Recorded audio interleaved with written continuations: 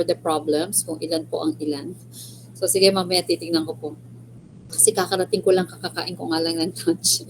Galing din po ako dun sa PSBA Manila because I had my face-to-face class with the other class. And then I always choose to go home and do my online class. Okay, so I'm going to record the meeting and then we're going to start with home office and branch. Wait lang.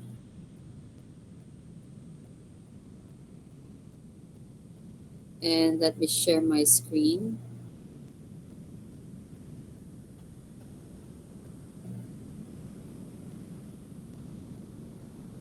Bukas ko na rin po ang chat box.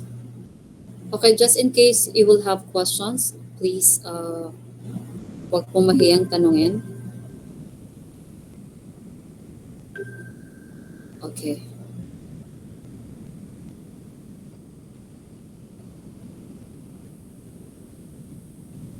Check ko lang kung tama. Parang okay naman, nakikita niya na. Okay, and today we're going to have home office and branch. There are actually 5 problems, pero mahaba po kasi yung problem number 2. So ang natapos lang namin kanina po is until problem number 2. Next week, we're going to finish home office and branch and we're also going to answer the drill. Okay, so magdi-drill po tayo. Okay, medyo mahaba rin po ang solution kaya medyo matagal din kami kanina. Hindi kasi tulad kasi pag online, you can do screenshots, pero kasi pag face-to-face, kailangan po talagang tapusin. Okay, and ano po ang pinag-uusapan natin kapag tayo po ay nag-account ng home office and branch?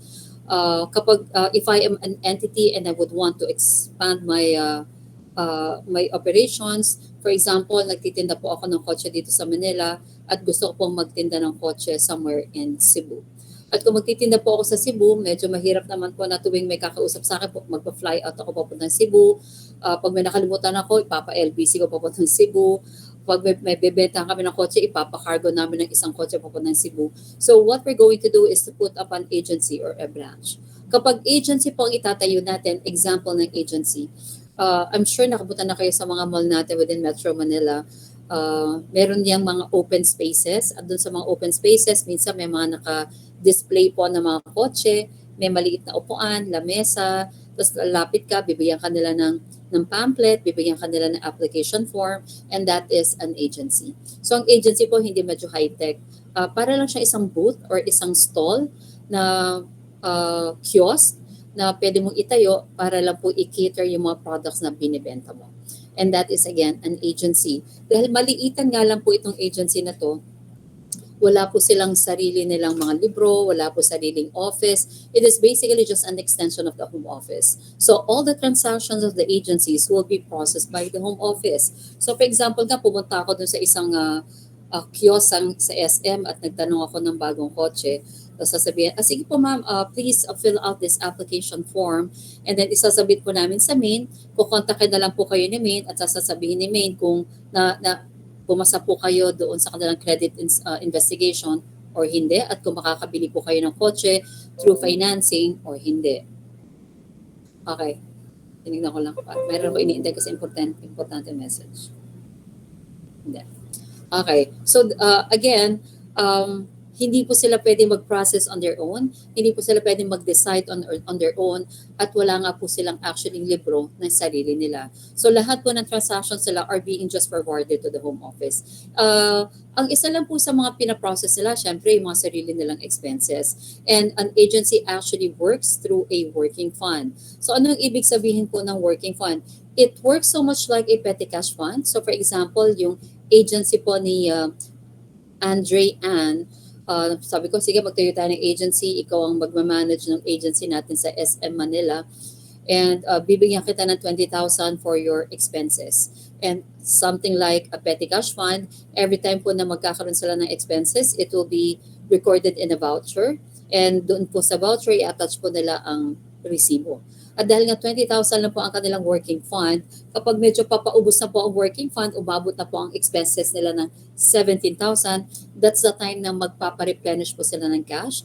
They will need to liquidate all the expenses. So ifo-forward po sa akin ng report regarding all the expenses. At kapag nireplenish ko na po ang fund, That's the only time na magkakaroon po ng pagre-record doon po sa libro in terms of the expenses of the agency.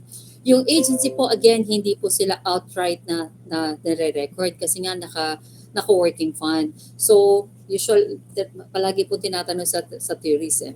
Kapag agency po, yung kanilang mga expenses will be recorded upon replenishment of the working fund and not on the time na nai-incur mo yung expense. Hindi po yung regular transaction na whenever you incur the expense, that's the time that you recognize and record the expense. Kapag po naka-agency, ina-accumulate lang po muna nila yan at pagpaubos ang pera, magli-liquidate at mag-a-ask for replenishment of cash. And pag ako po ang nag-replenish na ng cash, that's the time that it will be recorded. Ano po ang entry ko?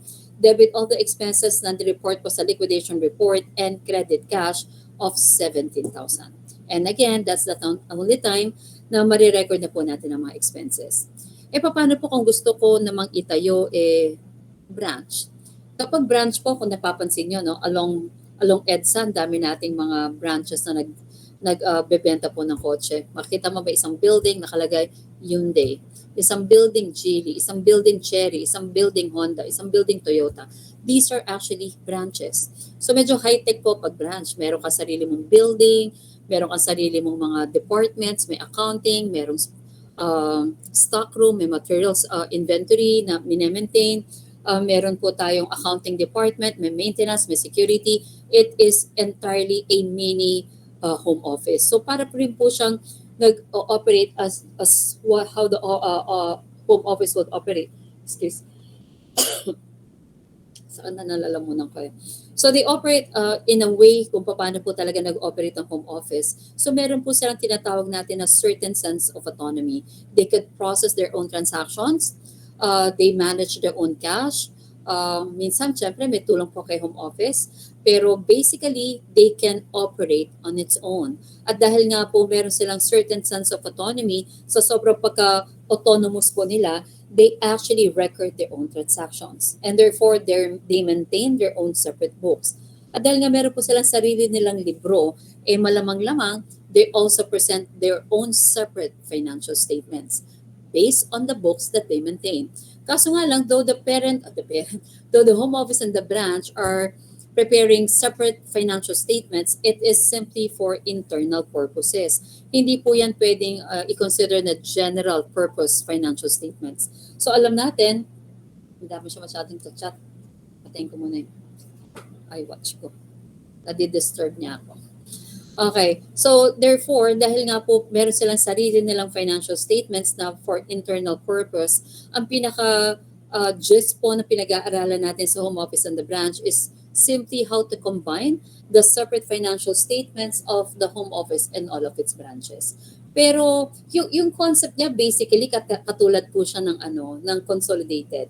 So consolidated kasi 'di ba? We also combine the separate financial statements of the parent and the subsidiary. Dito naman si home office and the branch. However, mas madali po si home office. Kasi kay home office binabalik lang po natin sa makatotohanan.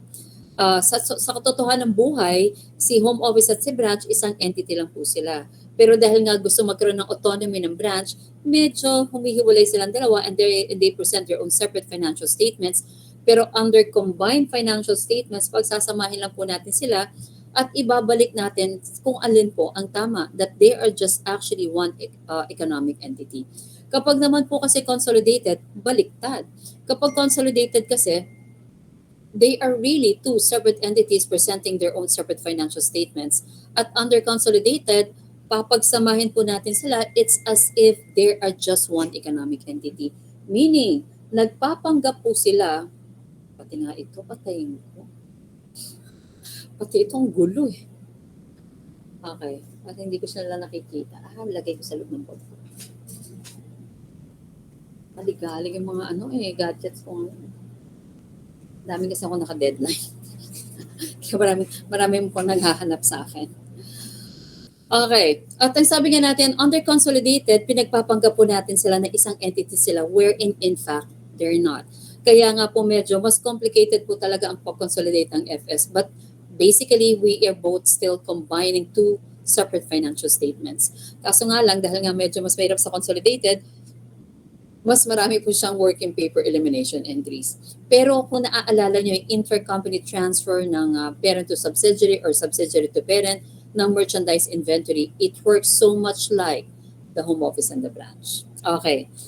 Kung meron po silang separate financial statements, so iniisip natin, kung meron silang separate financial statements, so paano yun? Talagang feeling nila magkahiwalay na sila?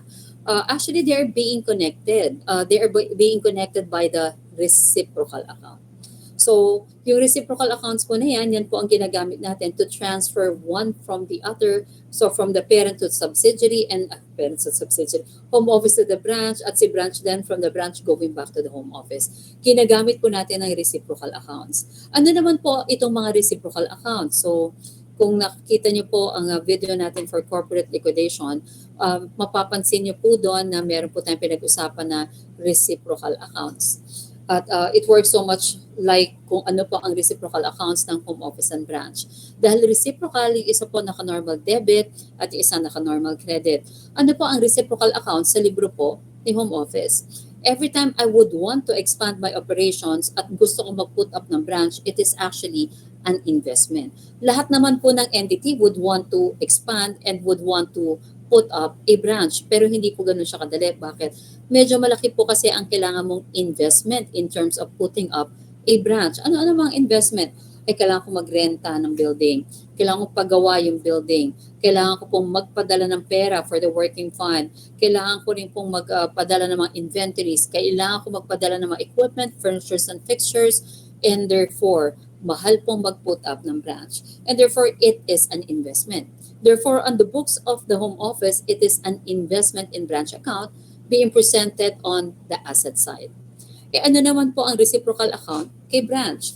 Kung makikita po natin later on ang balance sheet ni branch, i-report po niya ang lahat ng asset na nasa kanya, lahat ng liab na nasa kanya, at nag-iisa lang po ang kanyang equity account, which is equal to the net asset. At ano po yung net asset na yon or balance ng net asset na nakalagay po doon sa ating equity account under kay branch? It is the home office equity account. At yan po ang reciprocal account ng ating pong si branch. Since this is an equity, it has a normal credit balance. So meaning, yung pinapakita po natin sa consolidated debt. Kakaturo ko lang po kasi ng conso eh. Kaya palagi nasasabi si parent and subsidiary. Okay, kung ano man po ang naka-report doon sa separate balance sheet ni branch na asset and liab, the entire net asset is equal to its reciprocal account, which is the home office equity. Meaning, lahat po na naka-report kay branch na net asset, hindi naman po talaga yung pag-aari ni branch. Lahat po yan, pag-aari ng home office. Di ba? So therefore, again, we have investment in branch at kay Ann, it is actually an equity account. So sa akin, naka-normal debit, kay Ann, naka-normal credit. Okay, basahin po natin ang problems. Okay, wait nyo lang ako. Kuha lang tubig, sakit na lang muna ako, nauubo.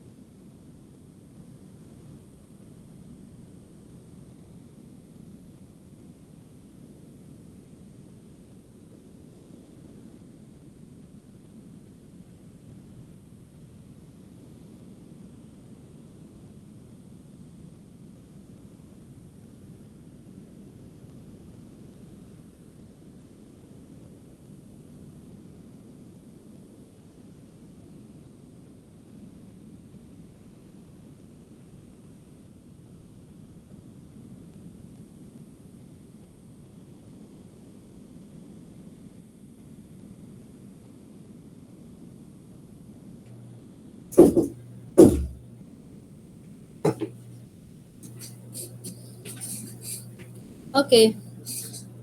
Okay, so let's read problem number one. The following transactions pertain to Albany Company branch's second month's operation in June 2020. And meron po tayong requirements sa ilalim. Bago po natin basahin ang mga transactions, prepare the journal entries in the books of the home office and on the books of the branch for these transactions, assuming a periodic inventory system is used. Okay, hanggang doon po muna tayo. So, gawan daw po natin ang entry under periodic inventory system, and we have transaction number one, the home office sent 14,400 cash to the branch. Okay, ang una natin pag-usapan, yung pong form of transfer. Okay, sabi ko kanina, gumagalaw po ang reciprocal account at pag meron tayong tina-transfer from home office to the branch or branch to the home office. These are basically transactions ni branch. Kaso nga lang po, kapag nagkakaroon tayo ng transfer from the home office to the branch or from the branch going back to the home office, gumagalaw po ang reciprocal account. Ginagamit po natin ang reciprocal account for the transfer of in any form from the home office to the branch or branch to the home office. Since these are basically transactions ni branch, again, magkakaroon lang po ng entry sa libro ni home office if there is a transfer. Yung mga transfer po na yan in any form, and if the transfer is coming from the home office going to the branch, that will increase the reciprocal account. At yung, if the mga transfers po naman ay nanggagaling kay branch, pabalik po kay home office, that will decrease the reciprocal account. Again, transaction number one, the home office sent 14,400 cash to the branch. Was there a form of transfer? Yes. At anong transfer? Transfer of cash from the home office to the branch, increasing the reciprocal account. Therefore, kung mag-i-increase po ang reciprocal account, sa libro po ni home office, magkakaroon po tayo ng debit. Doon naman po sa libro ni branch, to increase, magkakaroon po tayo ng pag-credit ng reciprocal account. On the books of the home office, to increase my investment account, debit investment in branch, 14,400, and credit the cash transfer of 14,400. Ano naman po ang entry sa libro ni branch? Si branch, i-receive po niya ang ating cash transfer, debit cash of 14,400 and also increasing its reciprocal account dahil nga equity, credit, home office equity, 14,400. Number two, the home office shipped inventory costing 64,000 at a bill price of 80,000, and this billing policy was also used in May of 2020. Okay, so ano po nangyari? Ang tanong muna, bakit nga ba kailangan na ito pong ating, teka, sasara ko to. Ayan, kasi may nag-notify, tumutunog. Okay, bakit nga ba kailangan pong pagkakitaan ni home office si branch sa inventory? So kung ang branch ko po is si Andre Ann at finorward ko sa kanya yung inventory at a cost of 64 at nung finorward ko sa kanya sabi ko 80,000, ang lumalabas pinagkakakitaan ko si branch. Ang lumalabas, pinagkakatubuan ko si branch sa inventory tina-transfer ko kay branch. Actually, hindi ko naman po talaga gusto pagtubuan. Ginagawa lang na po ito ng home office for some strategic purpose, no? Sige, okay, kwento ko. Kunyari, sige na nga, para maintindihan nyo. I've been with sales. Ang pinakauna ko mong trabaho is I was a medical representative from Abbott Laboratories. At nung ako po ay nasa sales at dahil bago ako, pabida ako. Pabibong-pabibo ang atin nyo. So, wala akong ginawa kundi benta rito, benta ron, benta rito. And I was doing good in terms of my performance. Kasi niisip ko, bakit yung ibang tatagal na dito, yung mga senior? Bakit hindi masyadong bumibenta ng malakas? Daig ko pa ba yung mga yan? Di ba? Pero nung sa dulo, nung medyo nakilala ko na sila talaga, na-realize ko, ay, magagaling pala talaga sila. Bakit? Because they know what will happen. So, kunyari ako, ang quota ko po was, sabihin na natin, 2 million. Ayan. Kung 2 million po ang quota ko, bibenta ko ng 2.8, 3 million. So, pabibong-pabibo po ako. Pero anong sabi sa dulo? Ang sabi ng boss ko, dahil ang taas ng benta mo for the year, parang kaya naman pala talaga ng area mo na kumuha ng 3 million na na net income for the year, for every month. So ang gawin natin, try natin ang quota mo, 3.1 million. Therefore, in sales, they tend to punish the performer. Kapag nagpa-perform ka, feeling nila kaya mo pa, isasagad nila yon. Ang pagtaas ng quota mo, mas mataas compared sa iba. So, ano sabi ko, ay sa susunod na taon, hindi na rin ako bebenta. So, paano kunyaring nasa branch? I also used to handle a branch. Ewan ko kung alam niyo po yung AMA, IT na school. Meron po sila kasing college for accountancy, business, and economics, which is ABE.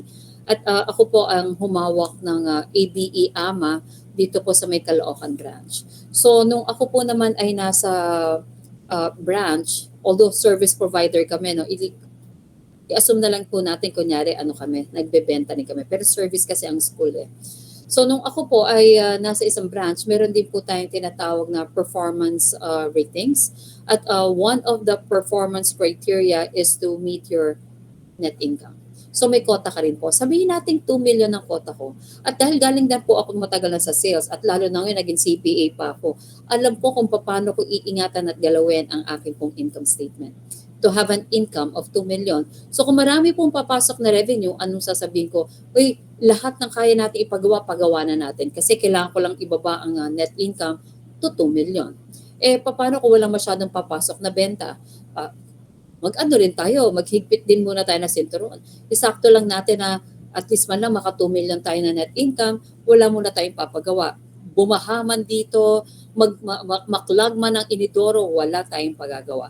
So you could actually control whatever would be the revenues and control kung ano pong papasok na OPEX. So sabi mo, nakokontrol ang revenue. If I am with sales, no, ginagawa ko po kasi dati nung medrep ako. So kung ako po ay nasa sales at meron akong hawak na mga sales order at titingnan ko, magkano pa ba ang kailangan kong ibenta para magkaroon ng net income of 2 million. Nakalagay doon nasa 500,000. Nung tinotal ko yung hawak kong mga sales order, umaabot po siya ng 900,000. Ipapasok mo ba lahat yun? Hindi. Hindi. Ang gagawin mo, iipitin mo yung sales. Sabihin natin, sige, isakto mo lang na mga 300 to 310,000 ka or 2 million to 2.1 million ka. Yung sasakto lang na ma-reach mo yung net income mo. So, hindi mo po lahat ipapasok yung benta. Yung benta mo na 900, ipasok mo lang yung kailangan lang ng 500 to 580,000. Tama? Therefore, I could actually control the revenue. I could actually control OPEX. Isa lang po ang hindi ko kayang kontrolin, yung cost ng inventory na fina-forward lang sa akin ni home office. Therefore, anong ginagawa ni home office? Dahil alam niya kahit ano ang sabihin niya sa akin, Ellery, baka gusto mo na maitaas ang net income mo na ma-earn this month. Oh my God, sir, I will try my best, but I will not really try. Kasi alam ko ako may hirapan sa dulo. At alam po yan ng mga bossing. So anong sabi ng mga bossing? Kung ayaw mong itaas ang revenue mo para kumita ng malaki ang ating kumpanya, ang sabi niya, tataasan ko ang cost ng inventory. Kasi kung tataasan niya ang cost ng inventory every time na ako po, si branch, magko-compute ng net income namin, yung nako-compute ko na cost of goods sold, palaging mas mataas doon po sa original. Therefore, strategy po yan ng kumpanya para po maitaas ko ang net income. Kasi kung palagi mataas ang cost of goods sold ko, ano mangyayari? Bumababa po ang net income. So, imbis na 2 million na ako, 2.1 million, ang net income po na compute sa taas po ng cost of goods sold is 1.8. Anong gagawin ko? Magpapasok pa ako ng benta.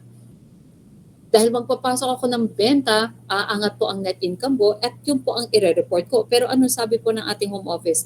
Hindi yan ang totoo niyang net income. Kasi nung nagko-compute siya ng net income, ang ginagamit niyang cost of goods sold, mataas. It is a higher cost of goods sold than what is the actual cost ng ating pong inventory. Therefore, dahil mataas ang cost of goods sold, palaging maliit na nako-compute mong net income si branch, and therefore, anong nangyayari? Hinahabol ko po yung mataas na quota. So, nagpapasok ako at nagpapasok ng benta. But then, hindi po yung ginawa ni home office para po pagkakitaan si branch. Kasi lang, alam niya na nag-iipit, alam po nila na iniipit po kasi ng branches yung mga benta. So, para lumabas ang benta, tinaas ang cost ng inventory. Okay, ano po magiging entry unahin natin sa libro ni Branch? Ano po magiging entry sa libro ni Branch? Tatanggapin niya po ang shipments from the home office at magkano? At bill price.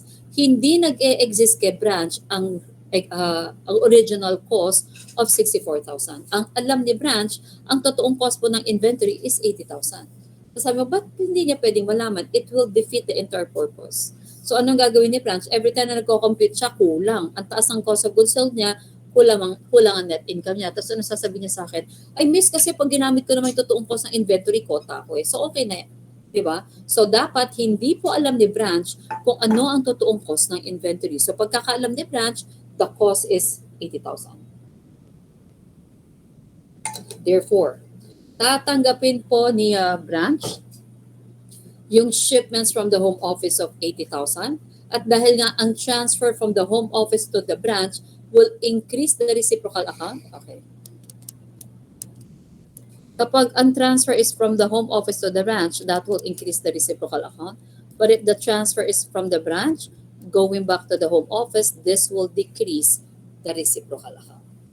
Okay, and therefore credit, dahil nga po nagkaroon po tayo ng transfer of inventory from the home office to the branch, mag-i-increase po ang reciprocal account, credit the home office equity at 80,000. Eh ano naman po ang entry natin sa libro ni home office? And wait lang take note Yung pong paggalaw po natin ng home office equity account or the reciprocal account must be at bill price. Okay, gawin po natin ang entry kay home office. So si home office, again, dahil nga po magkakaroon po tayo ng transfer of inventory from the home office to the branch, increasing the reciprocal account. So sa libro ko, definitely, investment in branch of 80,000. Kung ano po ang pag-a-adjust na amount sa libro po ni branch, yun din po dapat ang amount na ipang-a-adjust natin sa libro po ni home office. Parehas lang sila. So therefore, gumagalaw po ang reciprocal account sa isang amount na dapat alam ni branch. Hindi po siya pwedeng gumalaw yung reciprocal account ng 64,000. Ako sa home office, alam ko yan. Pero si branch, hindi niya yan alam. So paano niya gagalawin ang kanyang home office equity by 64? Therefore, hindi po gumagalaw ang ating pong reciprocal account by the amount ng ating pong cost. Dapat yung alam lang po ni branch, which is the bill price amount. On the books of the home office, dahil nga po nagkaroon na tayo ng pag-increase ng reciprocal account, credit shipments to the branch. Okay, yung pong account na shipments na yan, that represents that these are under periodic inventory system. Kasi pag perpetual, it will be debit merchandise inventory dash branch and credit, of course, kung ako po si home office, credit po siya dahil ako magpapadala, pero si branch tatanggapin niya po merchandise inventory from the home office. Ano ang napansin nyo in terms of this? Wait lang, parang kasi may tao dun sa dulo sa labas. Sige, hayaan natin. Pag meron pa, pupuntahan ko na. Okay, ano napapansin natin sa entry?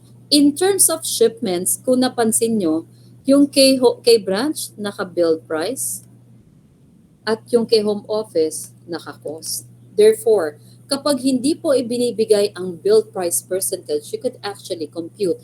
Ano yung bill price percentage? Yung and inventories were transferred to the branch at a profit of 25% of cost, di ba? Ganyan yung mga sinasabi. At alam natin, pwede po natin i-conclude that the bill price percentage is at 125%.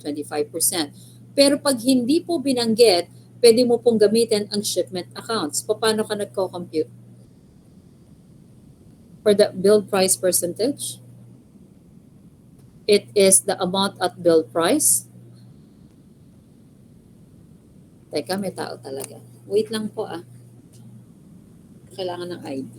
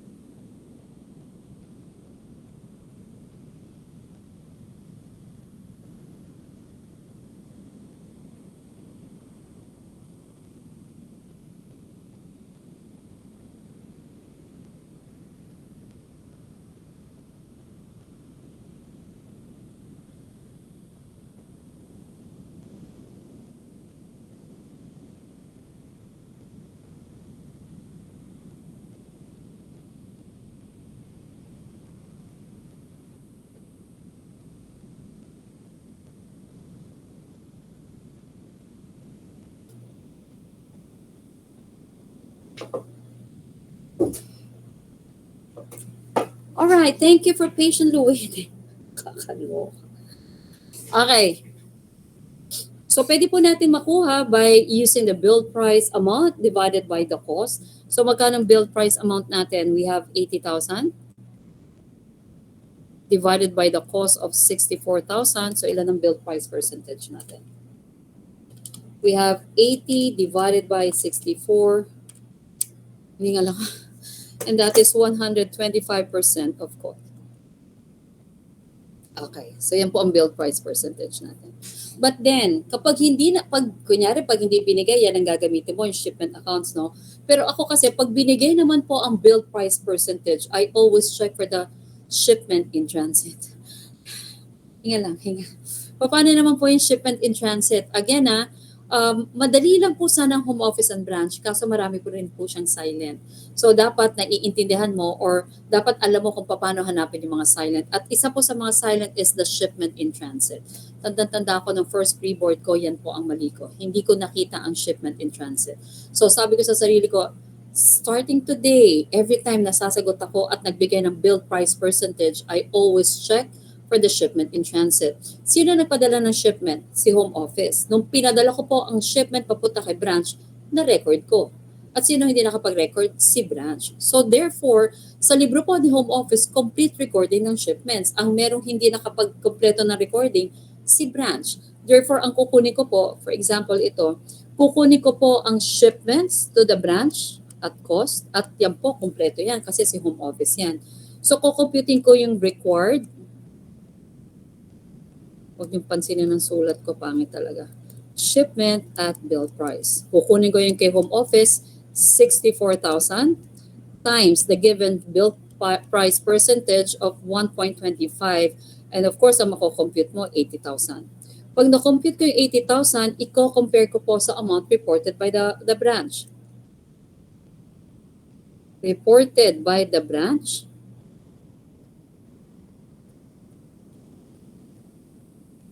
So, kunyari pero alam natin nakareport sa kanya 80 rin eh. Kunyari ang report ni branch is 72,000. If the branch reported an amount less than the computed required amount at bill price, the difference of 8,000 is the shipment in transit at bill price. And I always do that every time na meron pong binigay na bill price percentage. Okay. Pero, wala po tayong shipment in transit. Ay, anong ginawa ko? Okay. Paano nga itong magbura? Ay, hindi nga pala. Okay. Sige. Ganito na lang. Sa iPad nga pala yun.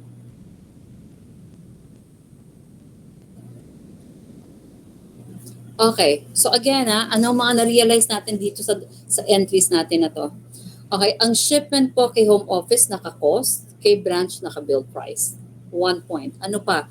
Gumalaw po ang ating reciprocal accounts, investment in branch, and home office equity at the bill price amount of 80,000. Tama? So yung pong ating reciprocal accounts naka-bill price, yung shipments po kay branch naka-bill price, kay home office naka-cost. Pero kung titignan po natin ang entry ni home office, balikan natin, hindi po sila balanse. Anong nawawala? Nawawala po yung amount ng 16,000. But basically, ano ba ang nire-represent nung 16,000 na amount na nawawala? Kung iisipin mo, literally, yan po yung amount ng pinagkakatubuan ko kay branch. Kasi kung totoong cost po ng inventory is 64,000 at pinasa ko kay Andre Ann at 80, ang ibig sabihin nung pinagtubuan ko po siya ng 16,000. Tama? So therefore, ano po ang tawag natin dito sa 16,000 na to? May iba-iba po kasi siyang tawag. Pero mas kilala po siya as allowance for overvaluation of the branch inventory. Pero ako, mas gugustuhin ko pong tawagin siya as the deferred profit amount. Bakit mas gusto kong tawagin siyang deferred profit? Kasi sa totoo lang, yan naman po talagang ibig sabihin ng amount ng 16,000. Kasi for example, kung si Janine Duavis po ang taga-combine ng aming separate financial statements ni Andre Ann. So sabi ni sabi ni Janine, sabi niya pala sa akin, Miss, yung 16,000 na yan, hindi mo po pwedeng i-realize. Kasi lumalabas po, yan po yung pinagkakatubuan mo kay branch. Sabi ko, hindi ko naman talaga gustong pagkatubuan. Kasi lang, gusto ko lang itaas yung cost ng inventory para pa nagko-compute siya ng net income. Palagi mataas ang cost of goods sold, bumababa ang net income at pipilitin niyang iakyat. So, tumataas ang mga performances ng branches. So, sabi niya, Miss, naiintindihan ko. But then again, hindi mo po pwedeng i-realize ang 16,000 na yan kasi yung pong branch is actually part ng iyong company. Wow! Oh, thank you so much. Kata ka dito. Thank you. Ay, may palibreng kape. Ang sarap. Ano kaya itong kape na to? Sarap. Okay, so sabi ngayon sa akin ni Janine, Miss, yung 16,000 na profit mo na yan sa inventory pinasa mo kay branch, i-defer mo po muna. At kapag nabenta na po ni branch sa outsider, that's the only time na pwede mo na po siyang i-realize. Idagdag mo na lang siya. So sabi ko, paano idagdag? For example, Miss, lalagay ko na naman subsidiary. Kunyari, Miss, si branch. Kunyari na ibenta na po ni branch yung pong inventories of 80,000 to outsider. I-assume po natin, Miss, na ang selling price niya was 100. At ang kanyang cost ng inventory, of course, yung build price, amount of 80,000. Yan kasi ang pagkakaalam niya eh. So sabi niya, Miss, syempre, ang pagkakaalam po ng branch, meron siyang gross profit of 20,000. Sabi ko, tama. Sabi niya, pero sa makatotohanan ng buhay, Miss, hindi naman po natin kukontrahin yung 100,000 na sales kasi yan naman po talagang pinagkakabentahan niya. Pero sa makatotohanan ng buhay, ang totoong cost po is 64,000 para makompute mo ang gross profit. Therefore, magkano po ang totoong gross profit na na-earn sana ni branch dun sa inventory na tinaasan mo po ang cost? And therefore, that will be 36,000. Ang sabi ngayon sa amin ni Janine, so kung ano man ang i-realize po ni branch of 20,000, idagdag mo po yung dinidiffer mo na 16,000 pag naibenta na sa outsider. Para ang lalabas is yung tama pong gross profit of 36,000 na later on ina-account natin under the reported net income. So therefore, marirealize mo rin po yung buong 36,000 na gross profit but only if naibenta na po ni branch sa outsider. So hanggat hindi po naibebenta ni branch sa outsider, i-defer mo po muna ang profit, yung 16,000 na pinagkatubuan mo kay branch. So sabi ko, ay walang problema. Hindi naman talaga yung profit ang gusto kong ma-attain dyan. So okay lang, sige, i-defer muna natin si profit at i-recognize ko lang kapag naibenta na ang inventories to outsider. Okay, so mamaya magre-realize tayo ng deferred profit. Transaction number 3, the branch inventory purchased from outside vendors total to 48,000. Was there a form of transfer? Wala. Therefore, wala pong entry sa Lebrone Home Office. At ano naman po ang entry sa Lebrone Branch? Regular entry, debit, purchases, 48,000, and credit accounts payable at 48,000. Number 4, the branch sales on account were 169,600. Was there a form of transfer? Wala pa rin po. At dahil nga walang transfer, wala po tayong entry sa Lebrone Home Office. At sa Lebrone Branch po, it is a regular entry of sales on account, debit AR, and credit sales. Number 5, the Home Office allocated 3,200 in advertising expense to the branch. Was there a form of transfer? Kasi kung wala pong entry ulit sa Home Office. But if there is a form of transfer, magkakaroon po tayo ng paggalaw ng reciprocal account at may entry po si Home Office. Actually, there is. Sabi mo, anong transfer doon? Sabi ko kanina, yung transfer po from the Home Office to the branch at branch going back to the Home Office should be in any form. Like literally in any form. So for example, nag-transfer po ako ng cash from the Home Office to the branch, increasing the reciprocal account. Pero kung si branch, niremit po niya ang cash pabalik sa akin, decrease ng reciprocal account. O kaya naman, sabi natin, transfer is inventory. Nag-transfer po ako ng inventory from the home office to the branch, increasing the reciprocal account. Pero kung si branch, ibinalik po niya yung defective inventory na pinadala ko sa kanya, that will decrease the reciprocal account. And again, in any form. AR ko, napunta kay branch, kinolekto niya, increase ng reciprocal account. AR ni branch, napunta sa akin, kinolekta ko, decrease the reciprocal account. Ano pa? Allocation of expense. Expenses ko na na-incur, ita-transfer ko po papunta kay branch, that will increase the reciprocal account. At yun naman pong expenses ni branch, sabi niya, ibalik ko sa iyo kasi may sumobra po ang pag-allocate mo sa akin na expense. Cancellation of expense from the branch going back to the home office, that would also decrease the reciprocal account. Therefore, meron po kasi itong previous entry kay home office para maintindihan natin, no?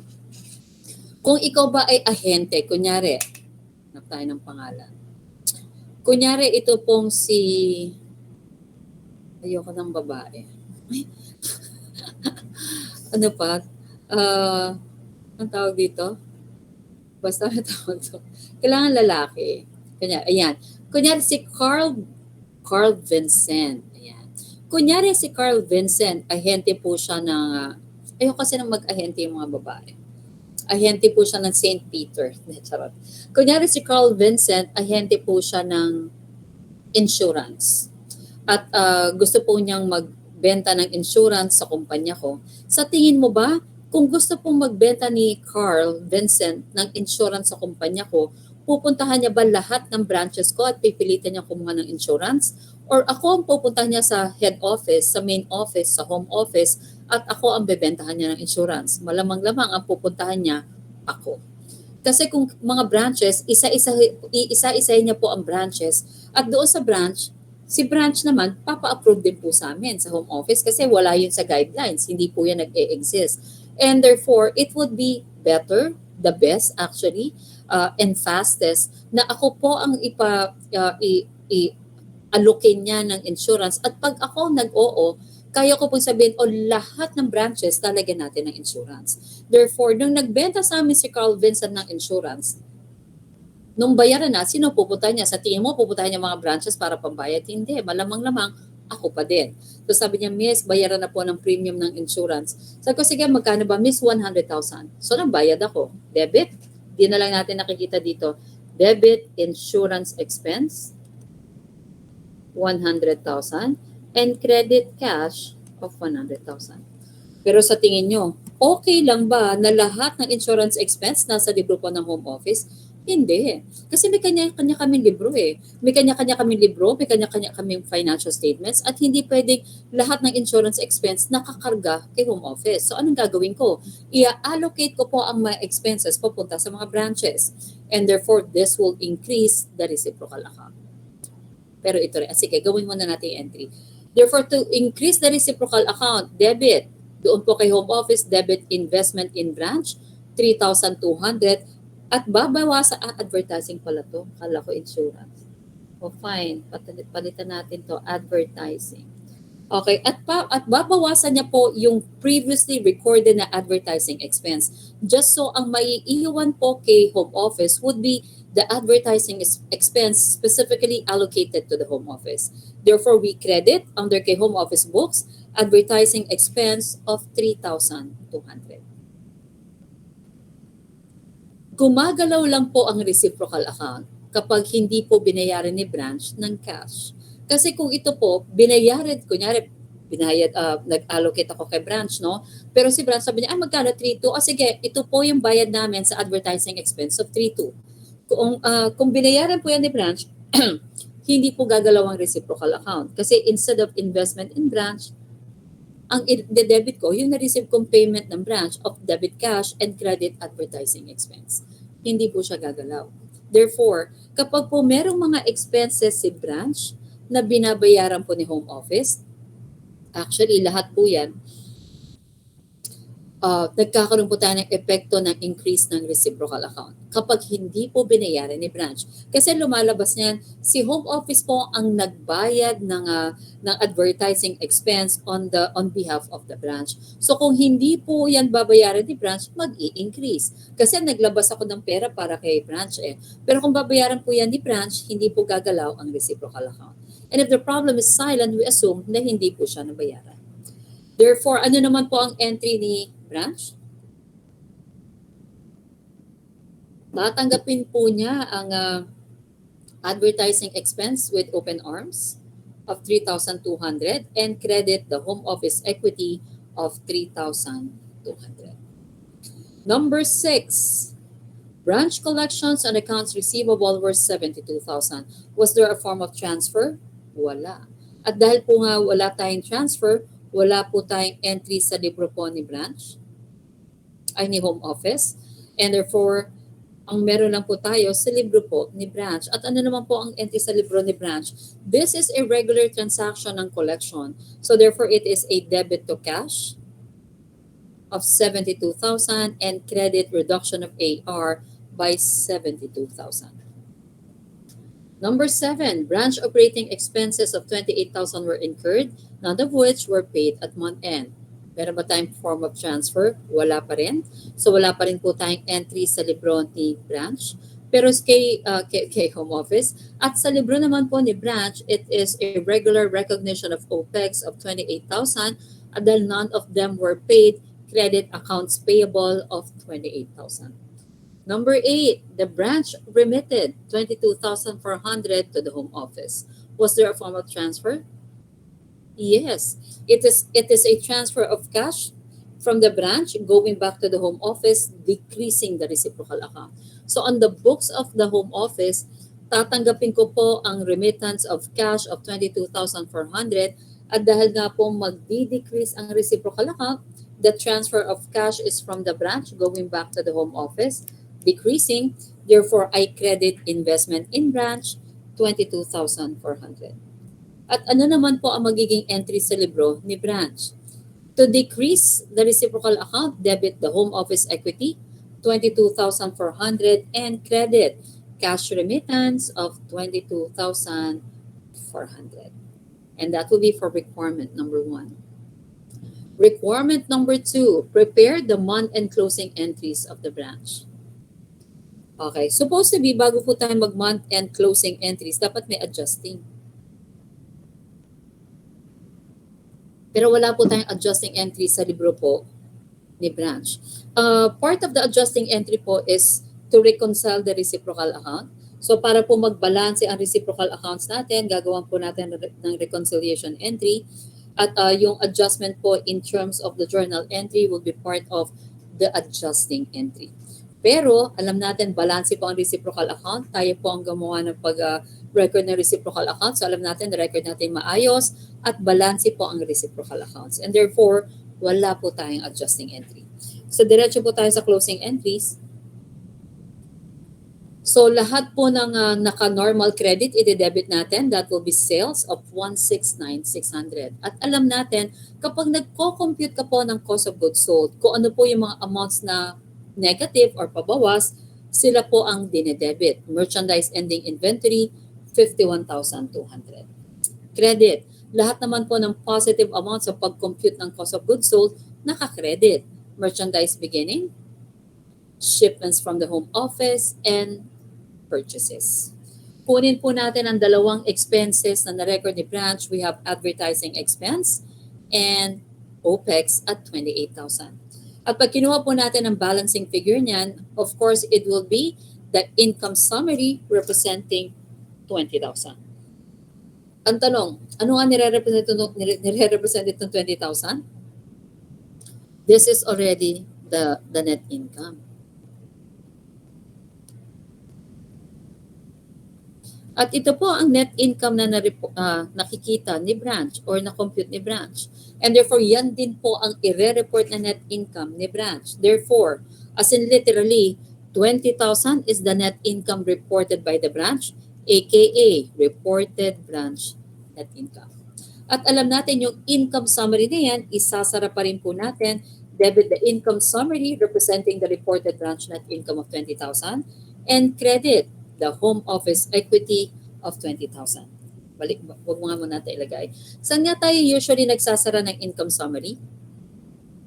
Supposed to be sa retained earnings. Kaso wala po siyang retained earnings. Nag-iisa lang po ang reciprocal or ang equity account ng ating pong branch, and that is again the home office equity. Therefore, wala po tayong choice but to close the income summary to the one and only equity account. We have the home office equity account, 20,000.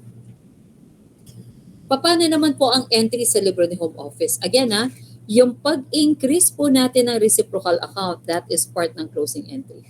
At dahil nga nag-increase ang reciprocal account, mag-i-increase din po ang investment in branch sa libro sa loob po sa libro po ni home office. Ito pa. Again, ito po ay part ng closing entries. Ang pag-increase naman po ni home office will be part ng adjusting entry. Ano pa? Okay, yan po muna. Okay, therefore, ito pala. Sabi ko kanina, no, if the transfer is from the home office to the branch, ito yung transfers natin. If it is from the home office to the branch, that will increase the reciprocal account. And if it is from the branch going back to the home office, it will decrease the reciprocal account. Except for, isa lang po ang pag-transfer ni branch going to the home office that will have an effect of increasing the reciprocal account. At ano yun? It is the reported branch net income. Okay, or the branch income summary. Dahil alam na po natin ang net income ni branch, na isara na nga po niya sa naiisat na tatangin niyang equity, home office equity. Therefore, tatanggapin ko naman po ang branch income summary na tinatransfer po sa atin ni branch. At dahil nga po ang transfer is from the branch going back to the home office, sabi natin decrease, pero sabi rin din natin except, dahil hindi ko naman maintindihan to, except for the reported branch net income. At yan na yun. Yan lang po ang transfer ng branch going back to the home office that would still have an effect of increasing the reciprocal accounts. Therefore, debit, investment in branch, increase. And credit, the branch income summary representing the reported branch net income of 20,000. Ano pa kaya? Pag-analyze po tayo ng inventories. Hirap naman ako magsulat. Okay, so that would be the bill price, the cost, and the deferred profit. Okay. Meron po tayo okay sa beginning inventory, nakalagay po dito yung galing sa outside vendors at galing po sa home office. Okay, kapag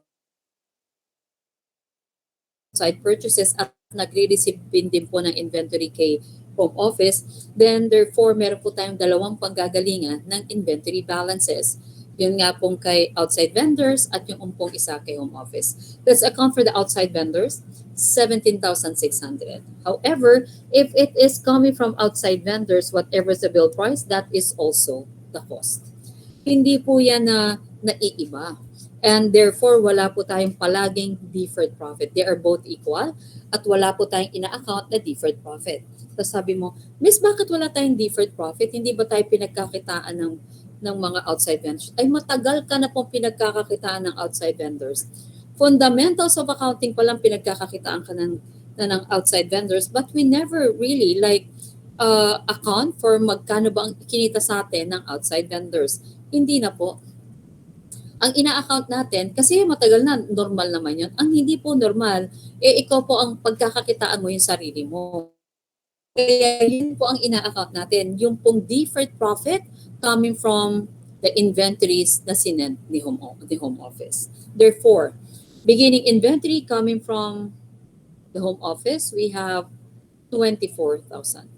At dahil nga po 24,000, naka-billed price divided by 1.25, mako-compute po natin si 19,200 times 0.25, mako-compute mo po si 4,800.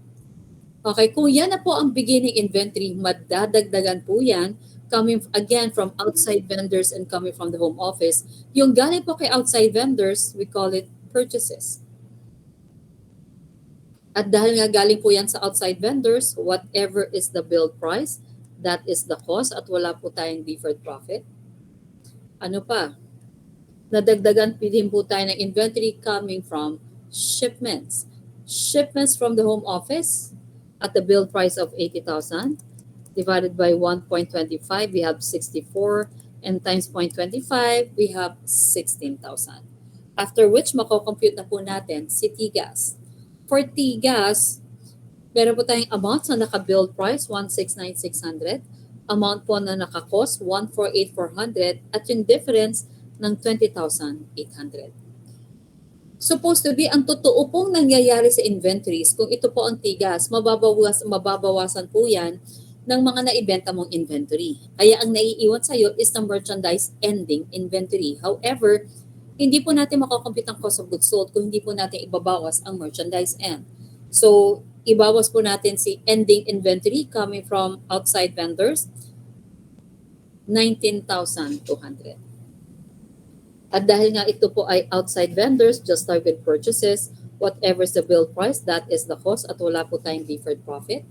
Ibawas naman po natin ang ending inventory coming from the home office, 32,000. Divided by 1.25, makukuha ko si cost, times 0.25, makukuha ko po ang deferred profit of 6,400. Cost of goods sold, 118,000. And that is at bill price. Ano po ang relevance ng 118,400 na na-compute po natin na cost of goods sold at bill price? Dahil naka-bill price po yan, yan po ang amounts na ginagamit po ng ating branch. As per branch, ang kanya pong cost of goods sold is at 118,400. Therefore, ito po ang ginagamit natin sa pag-compute ng reported branch net income. Naka-bill price kay subsidiary. E paano naman pag naka-cost? Ito naman po ang, ba't subsidiary na naman ako, branch? Okay. Yung column naman po na naka-cost, ito naman po ang manner ng pag-compute po ng home office ng actual cost ng ating pong cost of goods sold ni branch. At ang na-compute niya, 104,000. At ito po ang pag-compute na gagamitin mo under the true branch net income. At ang sabi nga natin, ang magko-compute po niyan would be the home office. Okay. Sige. So ano nga sabi natin? Mag-compute tayo . Itong gamitin po natin mga cost of goods sold nila.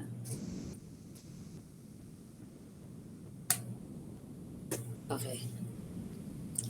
Magko-compute po tayo as to how the branch computed for its net income at paano po siya kinompute ni home office. Computed by the branch. Anong sabi natin? Dito sa dalawang cost of goods sold natin, build price at cost, alin nga po ba dyan ang gagamitin ni branch? Yung alam lang niya, build price. Therefore, to compute for the net income ni branch, sales would always, of course, be 169,600. Ibawas po natin na na-compute niyang cost of sales, which is 18,400. Ang pagkakaalam po niya, yan po talaga ang kanyang cost of goods sold. So ibawas po natin ang na-compute niya at build price of 118,400. Ibawas po natin ang OPEX. Ang OPEX kasi natin dalawa, no? We have yun talagang OPEX, ilang yung binasa natin? 25,000 ba yun?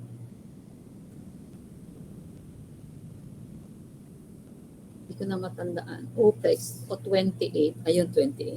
So yung OPEX po natin is 28,000. Pero meron pa tayong isang advertising expense of 3,200 total. Siyempre magkakalki pa ako. Inaantok ako, baka mali. Ay, mo yan palang mali na. Okay, so we have 31,200 OPEX. So yung kino-compute po ng ating branch, na-compute po niya ang gross profit of 51,200. ibabawas po niya ang entire OPEX of 31,200. Ay, ayaw niya. Ah, yun ang sinasabi ko eh.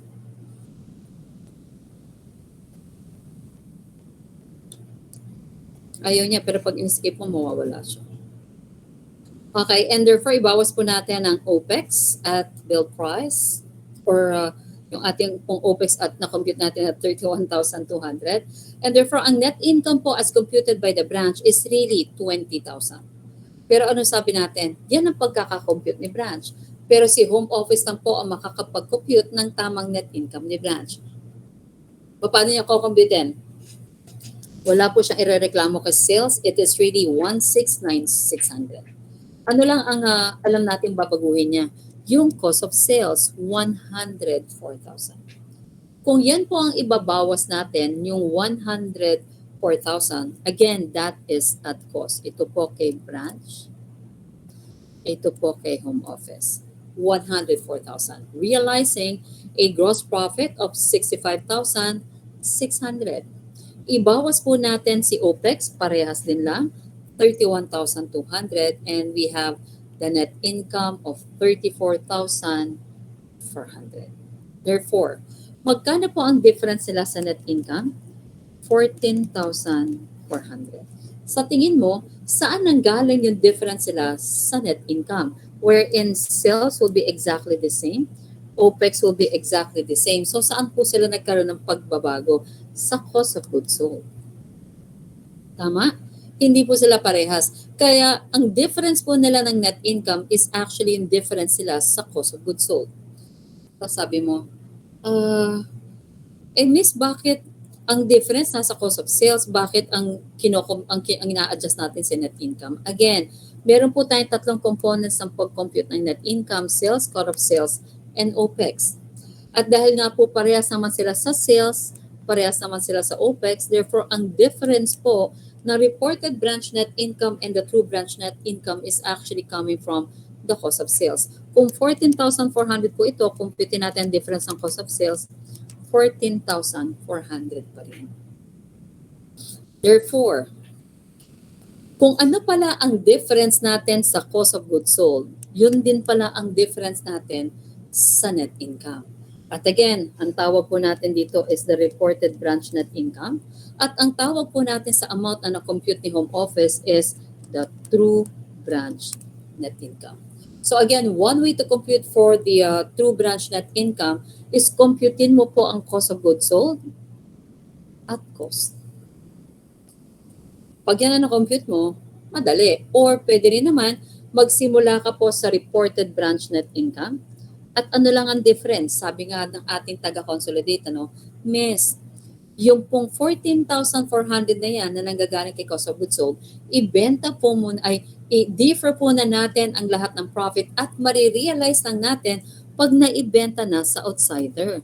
At dahil nga yung 14,400 is the deferred profit representing the cost of goods sold, yan na po ang pwede mong i-realize.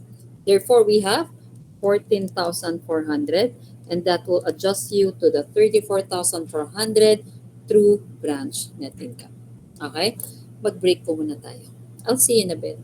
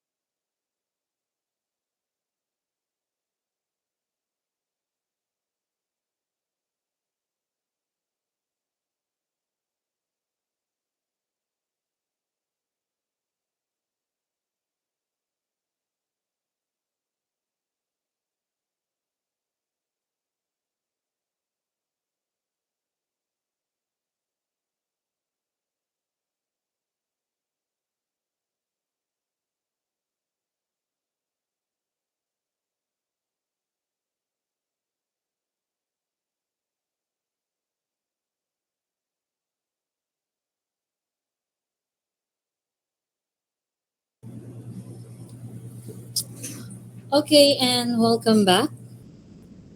Okay, so nakapag-compute po tayo ng ating reported branch net income and the true branch net income.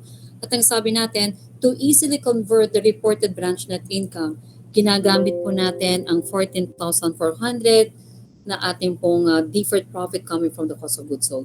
Nare-remember po ba natin yung napag-usapan natin kanina? Ang sabi po kasi sa atin ni Janine, yun daw pong profit ng inventory na tinatransfer ko kay branch, i-defer ko daw po muna ang profit. And therefore, marirealize itong mga to, naka-defer po yung profit na yan. Ang total ng deferred profit is 20,800. At pwede ko lang daw i-realize ang ating deferred profit kapag nabenta na po sa outsider. Therefore, kinukuha po natin ang deferred profit representing the cost of goods sold. Kasi nga po, yan po ang deferred profit ng mga inventories na nabenta na sa outsiders. And therefore, this is what you call the realized deferred profit. Yung realized deferred profit mo na yan po ulit ang magko-convert ng reported branch net income papunta ng true branch net income. So, hindi pa pala natin nagagawa yung entry. Okay, balikan po natin ang ginagawa nating entries kanina. Ito po yung closing entries. And again, hindi po ako nagpaghabog kay branch. In-increase ko rin po ang reciprocal account ko by increasing investment in branch debit of 20,000 and credit the branch income summary representing the reported branch net income. And take note adjusting entry lang po yan ni branch. Okay. Ginawan din po natin ang computation ng ating pong inventories. At ang sabi natin, yun nandito po na 14,400, yan po ang pwede na natin i-realize na deferred profit. At dahil nga po i-realize na natin ang deferred profit, bawasan mo yung naka-defer. Therefore, we debit. Yung pong ating allowance for overvaluation has a normal credit balance. Therefore, to reduce the balance of the deferred profit, we debit the allowance for overvaluation of the branch inventory or the deferred profit. And credit, dagdagan po natin ang branch income summary ng 14,400 representing the realized allowance. At pag pinagsama po natin yan po yung na-compute natin kaninang 34,400 through branch net income. At ang sabi ko rin po kanina, kapag ikaw po ay nag-aaral ng home office and branch, ang magiging pong solution para ikaw po ay maging successful sa pag-aaral is how to account for the deferred profit. Dapat naiintindihan mo po kung paano mag-analyze ng inventory at kung paano rin pong mag-account for the deferred profit amounts. Therefore, before we go to problem number 2, i-account nga po natin si deferred profit amount.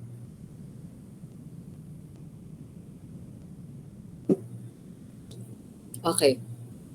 If we are talking about the deferred profit, ito po yung mga inventories na nanggaling kay home office at dapat po naka-build price percentage. Tama? Okay.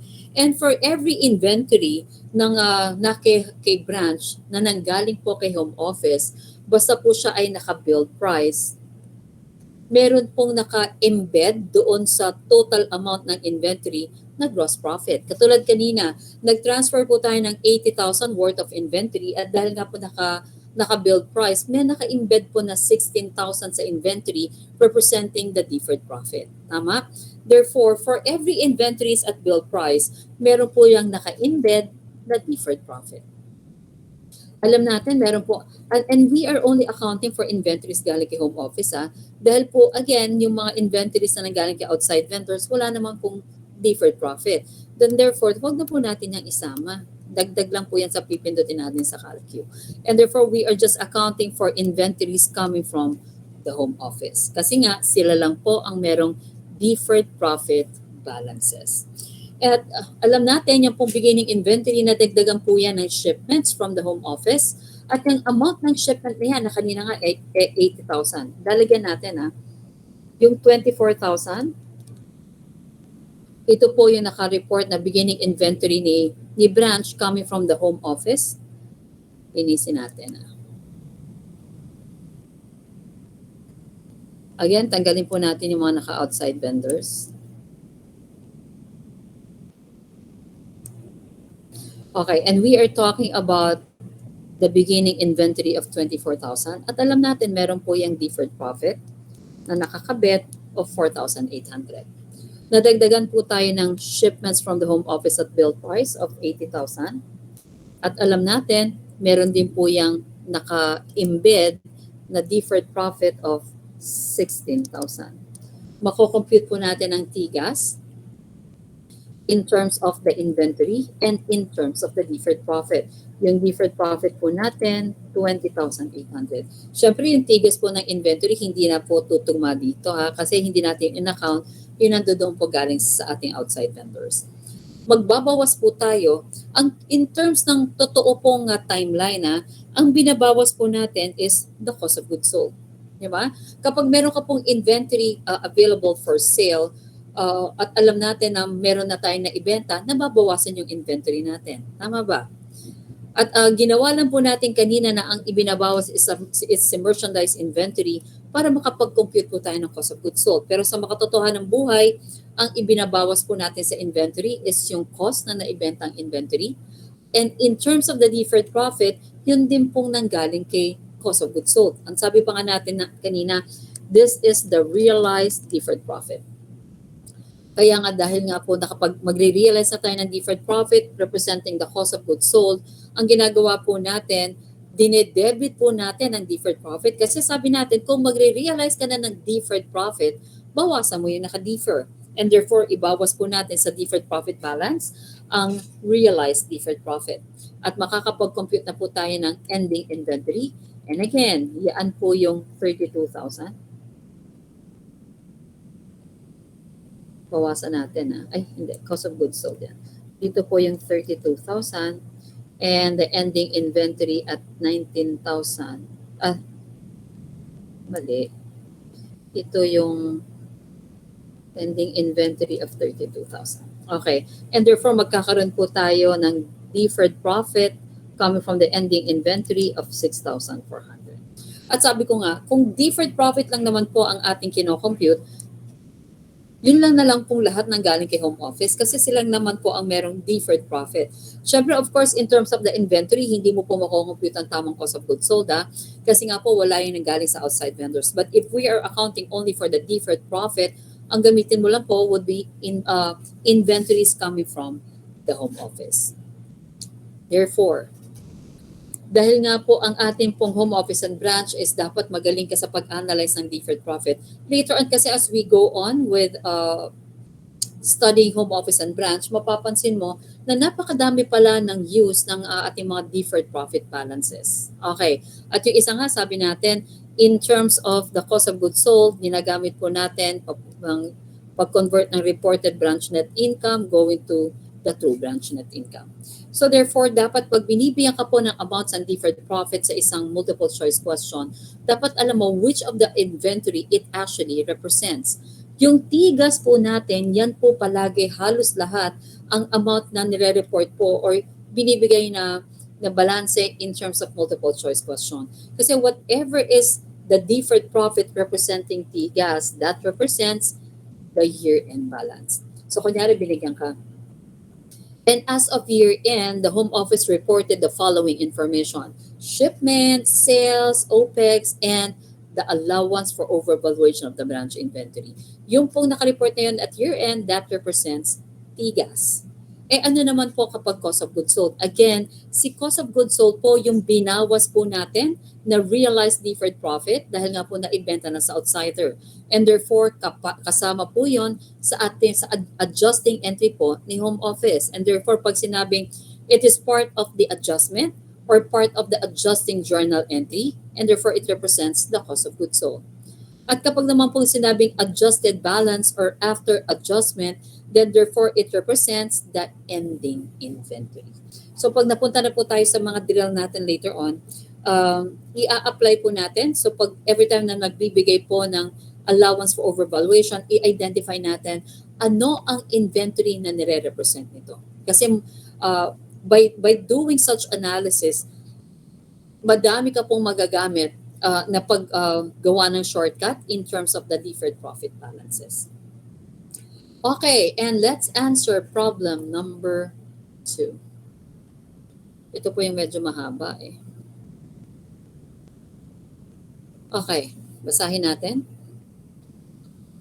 The pre-closing trial balances of Hatch Corporation and its Taytay branch for the year ended December 31st prior to the adjusting and closing entries are as follows. Okay.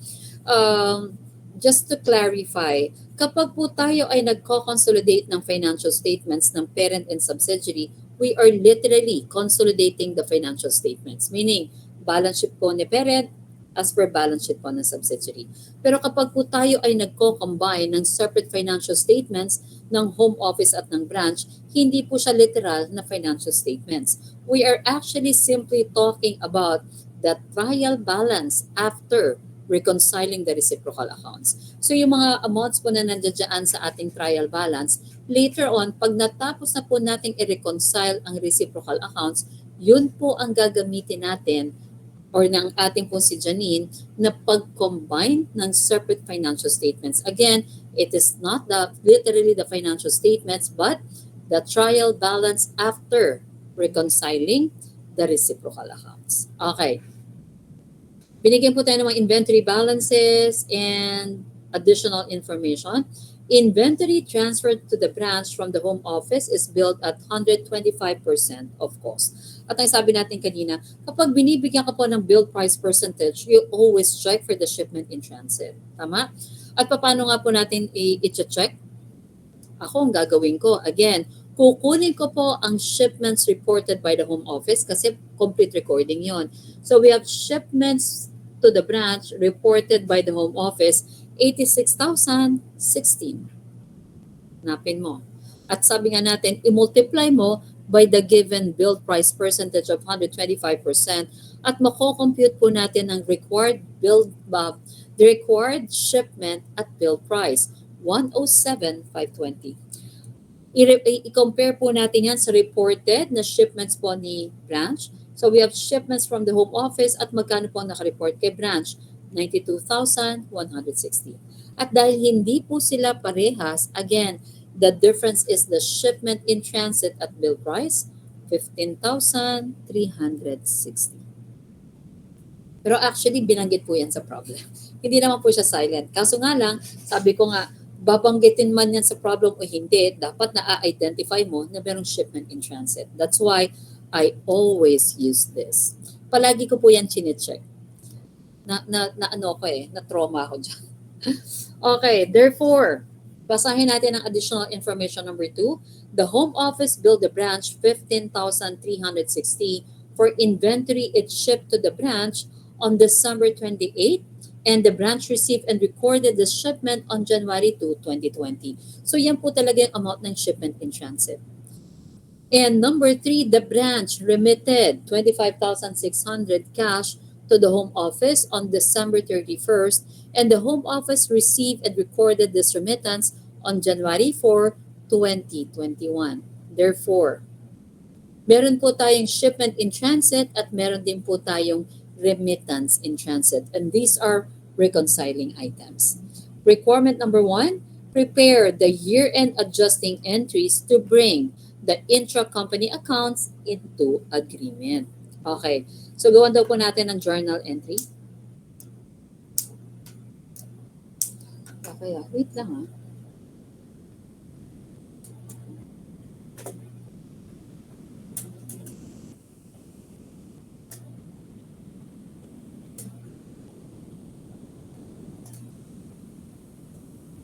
Dali lang.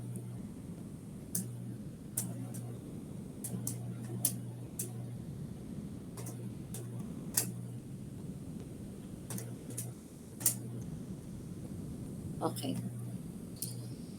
Okay, so gawan po natin ng reconciling item or ng reconciliation. Okay, putahan natin to.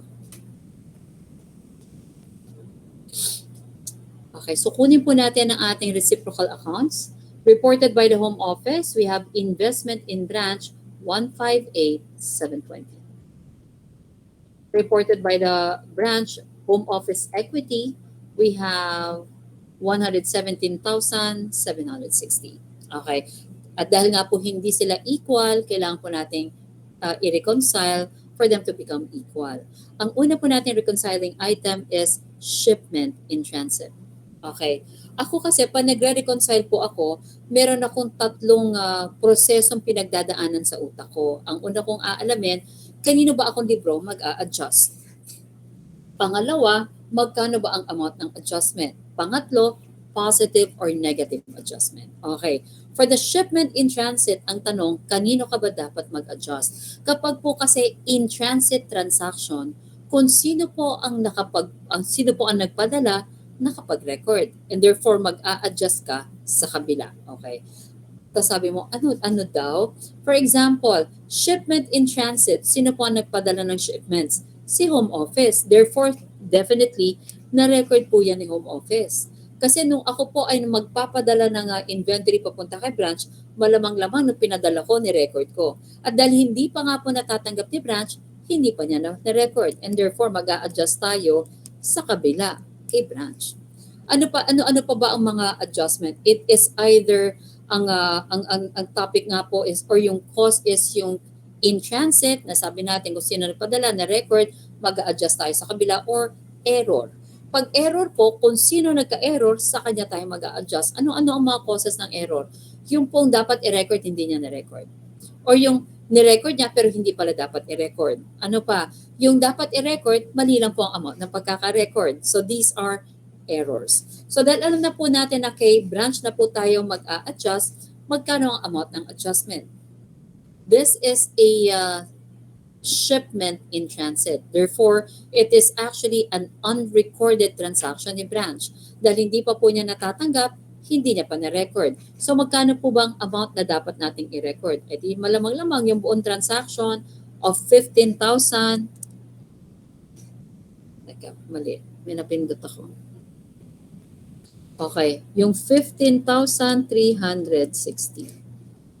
Ang tanong naman, yung bang 15,360, is it a positive or negative adjustment?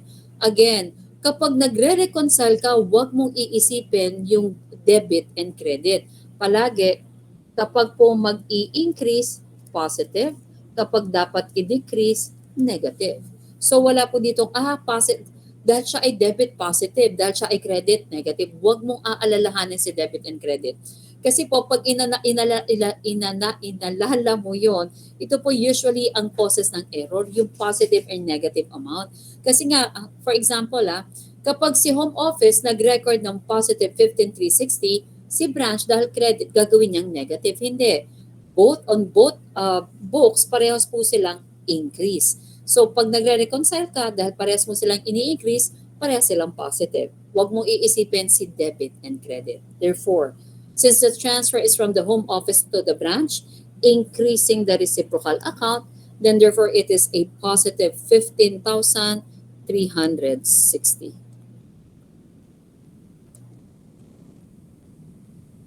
Next, we have the remittance in transit. Ulitin natin Sino po ang nagpadala ng remittance? Si branch. Therefore, na-record ni branch. Kanino tayo mag-a-adjust?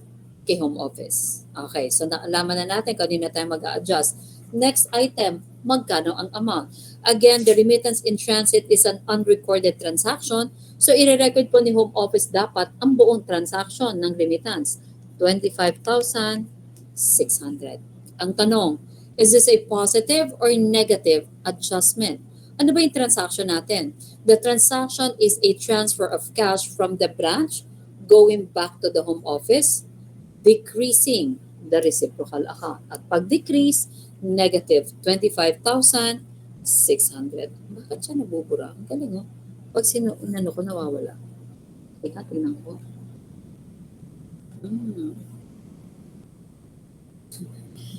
Pag kasi lumalabas na yung amount, nawawala na siya. And amazing.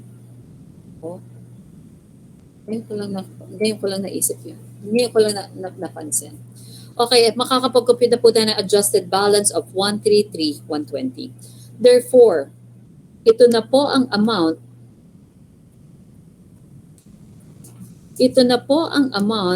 na ini-eliminate ng ating pong ito na po ang amount na ini-eliminate ng ating pong taga-combine. Again, Ang una po kasing gagawin ng ating taga-combine is to eliminate the reciprocal account of 133,120. Therefore, yan po ang amount. Tapos bakit ko siya kailangan ulit-ulitin? Kasi po, mamaya kapag ginawa na po natin ang separate financial statements, hindi po yan ang i-report namin ng ating Andre and branch. Bakit? Mag-i-increase pa kami. Bakit kami mag-i-increase? Ano pa kaya ang pwedeng maging cause ng pag-increase ng reciprocal account? Alam natin, pag nagkaroon pa ng reported branch net income, ito lang po ang ita-transfer ni branch papunta kay home office that would still have an effect of increasing the reciprocal account. So mag-i-increase pa yan. Kaso nga lang sabi natin, ang i-reconcile po ni Janine Duaves would be yung trial balance after reconciling the reciprocal account. So yan na po yan after reconciling the reciprocal account. So therefore, ang ini-eliminate ko ng taga-combine, 133,120. Pero later on, huwag kayo malilito kasi po ang ire-report po namin ng ating branch na si Andre Ann would be 8 different amount. Mas pataas. Okay, therefore, balikan po natin yung ating ginagawa.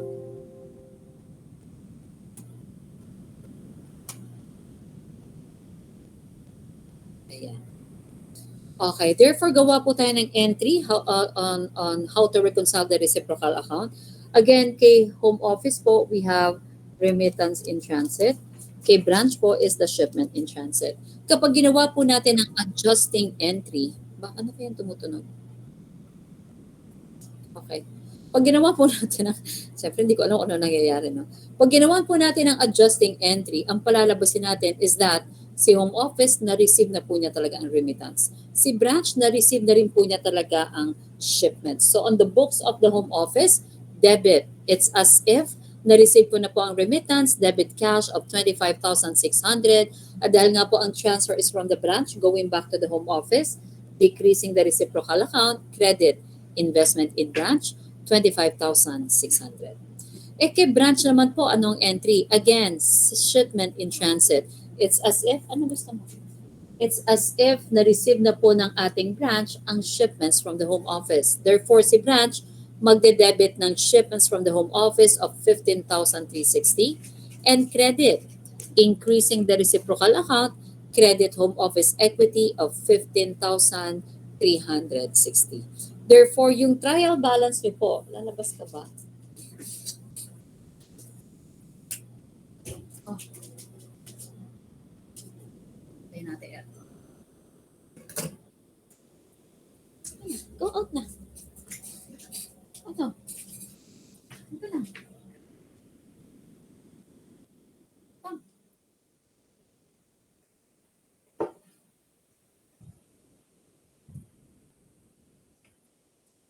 Ayaw naman pala Okay. So yung pong kung naka-print po ang ano nyo ang material nyo I advise na i-adjust po natin ang cash sa home office books. Magdagdag po tayo ng cash ng 25,600.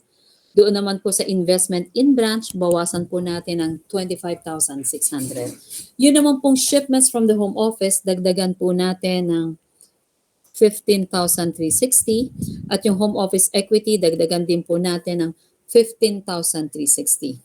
Ito nga lang. Kapag meron ka pong shipment in transit, these are the 3 items na dapat mong i-adjust. Usually kasi ang iisipin mo lang, ang i-adjust mo is based on the journal entry, no? Which is yung account ng shipments kay branch, yung pong home office equity na nasa libro din of course ni branch, and of course the merchandise ending inventory. Yung ating pong periodic inventory system, again, dahil po tayo naka-periodic, para magkaroon tayo ng ending inventory, it is based on actual inventory count. So kung naka-actual inventory count siya, dahil hindi pa nga po niya nare-receive ang ending inventory or yung ating pong shipment in transit, therefore hindi po siya included sa pag-actual count ng ending inventory. Therefore, to adjust the ending inventory, idagdag mo po ang nandoon po sa merchandise ending inventory, yung shipment in transit. Okay? So tatlo po ang accounts na i-adjust natin by the shipment in transit amount. We have shipments, home office equity, and the merchandise ending inventory. Gawan din daw po natin ng analysis ang ating pong branches inventory. Okay. Madali lang kasi yung beginning inventory, nakahiwalay naman po kay branch nakahiwalay naman po yung inventories coming from outside vendors and inventories acquired from the home office. So let's start. Beginning inventory, 51,200 inventories coming from outside vendors. At dahil nga po ito ay outside vendors, whatever is the billed price, that is also the cost. And again, wala po tayong dapat i-account na deferred profit amount. Kunin naman po natin ang inventories coming from outside vendors or from the home office. Ang binigay po is 20,480. Dahil galing po yan kay home office, i-divide po natin by 1.25 to get the cost of 16,384. I-multiply po natin ng 0.25 to get the deferred profit coming from the beginning inventory of 4,096. Kung ito po ang beginning inventory, madadagdagan po ulit yan coming from outside vendors and coming from the home office. Ano nga ang tawag natin doon sa madadagdag na inventories coming from outside vendors?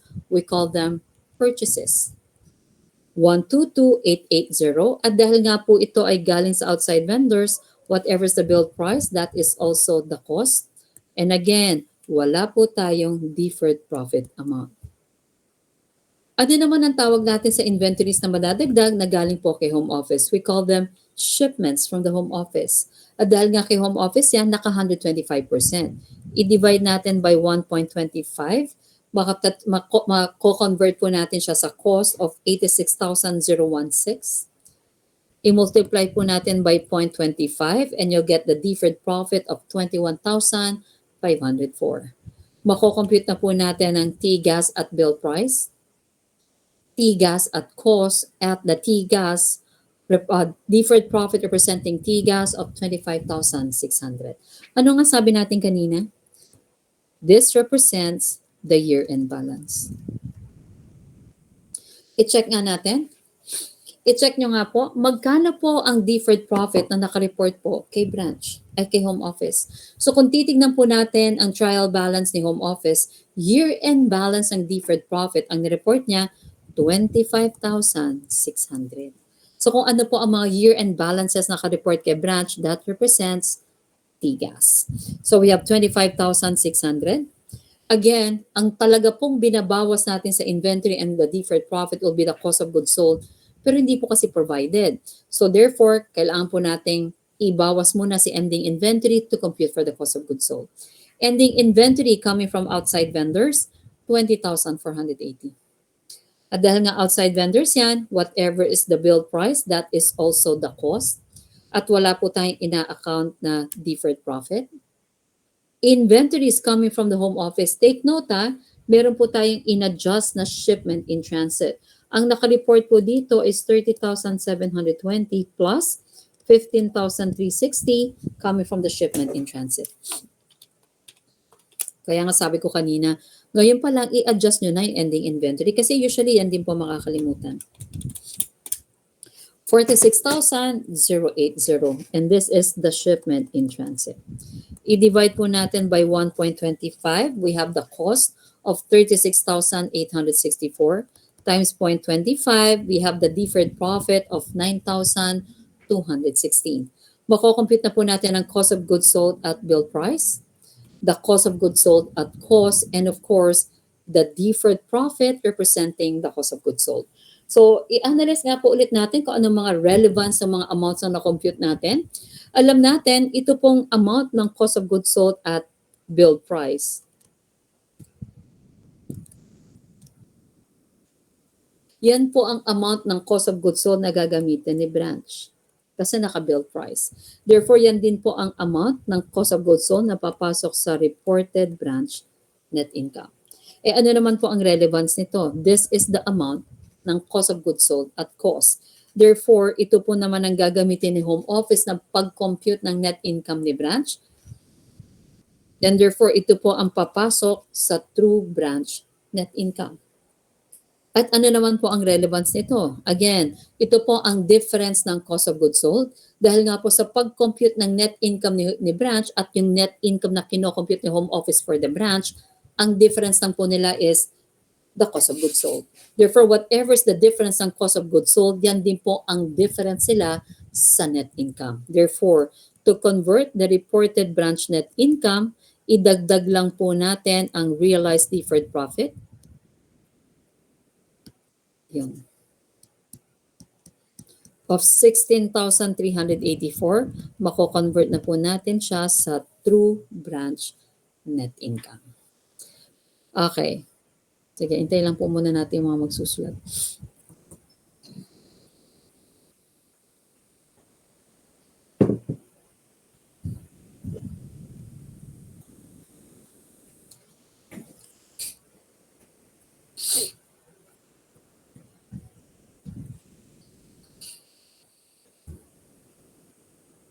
Okay. Gawan po natin ang shortcut kasi most of the time ang kailangan mo lang naman i-convert from build price to cost will be the beginning inventory and ending inventory. And syempre, kung yun lang po ang gagawin mo, hindi mo naman po pwedeng kumpletuhin ang buong table. We just did the entire analysis ng buong table na to just so matututo tayong mag-analyze ng inventory. But then, kailangan po natin malaman kung paano ang shortcut version nagpag-convert ng bill price amount ng inventories to cost. And that will always be used for beginning and ending inventory. So, tingnan nga natin kung paano nga ba. I-assume natin kasi ito binigay eh. So, i-assume natin na hindi po binigay ang amount galing po kay home office at amount galing po sa outside vendors. Kunyari, ang binigay lang would be the total beginning inventory of 71,680.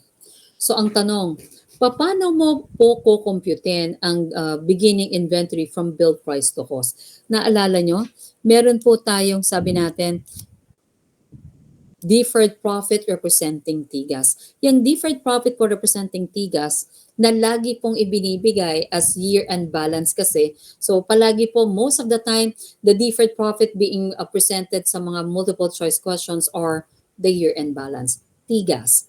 Therefore, meron po siyang dalawang components sa taas kasi nasa gitna siya eh. At meron din po siyang dalawang component sa baba.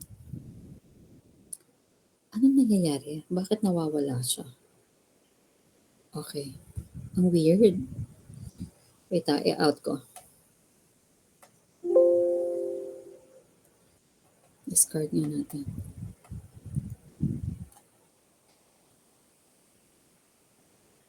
Okay, yan better.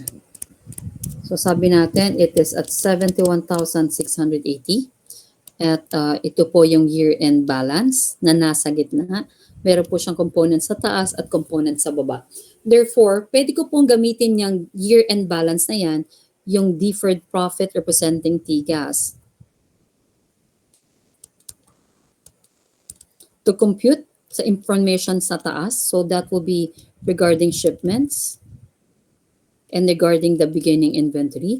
Or pwede ko rin naman po siyang gamitin to compute sa mga information sa baba, merchandise end, and the cost of goods sold. Most of the time, ang mahirap lang po kasi talagang i-analyze is the beginning inventory. At ang gagamitin po natin is the deferred profit coming from TIGAS. Ihiwalay po natin ang shipments at ang maiiwan po is sa beginning inventory. Tama? Or naman, kadalasan din po ang kino-compute po natin is the deferred profit representing the cost of goods sold. Bakit? Because that is the realized deferred profit. Yan po ang ginagamit natin to compute or to convert the reported branch net income going to the true branch net income. So starting from the deferred profit representing TIGAS, kukomputing ko po yung merchandise end. Pag binawas ko yan, ang maiiwan sa akin, ang weird. Teka, balik ka nga. Ang maiiwan po sa akin, kung saan ako napupunta, may mga link kasi siya, baka tinatamaan ng kamay ko. Okay, ang maiiwan po sa atin will be the cost of goods sold pag inalis natin sa merchandise end. And gagamitin nga po natin yan to convert the reported branch net income going to the true branch net income. Okay. And therefore, dahil kailangan nga po natin si beginning inventory, mainit na.